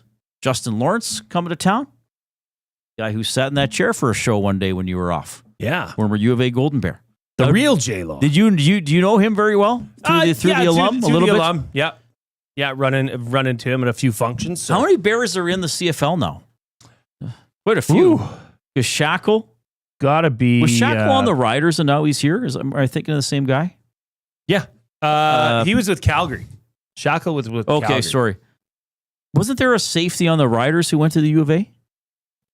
No, you're thinking Jaden Delkey. Yeah, Jaden Delkey. Yeah, Delkey, yeah. He did go for a year or two. Okay. I mean, Jonathan Peterson in Winnipeg. Matthew Peterson. He was just a Bear last fall, was he not? Yes. Did we have him on the show? I believe we did. I think he was on the show. Obviously, David Beard. Cordy. There's another O-lineman, isn't there, too? I think... I don't know where Daniel Shin ended up. Is Justini in the league? No, he was released by Edmonton. Okay. But then Justin Lawrence. So there's a few. Yeah. Any receivers? I don't think so. No. Okay. I don't know why I picked receiver out of all the categories that we could have. Yeah, it was okay. So Dalkey, is he not on a team? I think he's with Saskatchewan. Is he still with Saskatchewan? Yeah. Okay. Oh yeah, he is. Okay. Let me just check here. Alberta Golden Bears in CFL. Yes, this is stuff we could have looked up earlier, but we didn't know. We were just doing it on the fly.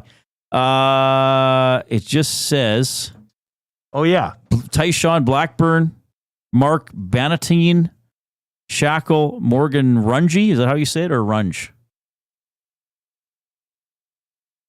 11 Golden Bears. There we go. Thanks to our buddy Connor Hood. He wrote the article. Ty Anderson is a defensive lineman on Hamilton's practice roster. Mac Bannatyne is a DB on Hamilton's roster. David Beard on the Elks. Tyshawn Blackburn, defensive back on Toronto. Yes. Rodeem Brown, offensive lineman on Calgary. He's hurt. That's who I was thinking of. Jaden Dalkey on Saskatchewan. Mark Cordy on the Elks. Justin Lawrence on Montreal. Matthew Peterson on Winnipeg. Morgan, is it Runge or Runge? I don't know. I'm not sure, actually. He's on the Riders. He's a fullback. And Shackle on the Elks. So 11 Golden Bears are in the CFL. Well, one guy injured, one guy on the practice roster. So not bad. What are you looking up? Are you looking up word of the day already? All right, we got to do it. Let's do it. The word of the day. Double word of the day. Jay. Oh, I'm sorry. Did I break your concentration? What do they got to say? Say what again? Let's see how many thumbs up we can get them. Again, I dare you. Let's find out. Do you speak it? Don't stop liking or like the show if you haven't. Don't stop passing the link on to other people. But we did surpass 155 for double word of the day. We need 30 thumbs late rally here to get to 200, which would be pretty good. The first word of the day, garrulous. Garrulous? Garrulous. Garrulous? Garrulous. What am I saying? I think we're saying the same thing. Spelling's going to be a trouble in one of those. Yeah. Crap. I've heard this word, but I don't know how to spell it. Let me just go back in for double making sure I'm pronouncing this right. I don't know if that'll help me. Spell it. Garrulous. Garalous. Big time, Cuba. Garrulous. Yeah, I'm going to have to ask you to use it in a sentence to get the definition. I'm sorry, Jay. I'm letting you down. Not a good start to the week already. One of the dinner party guests was a garrulous poet whose story kept most of us in stitches. Someone who is an entertaining storyteller. Oh, my God. Someone described as garrulous as very talkative. Oh, okay. Well, 0 for 2. Bad start. Second word of the day, cipher.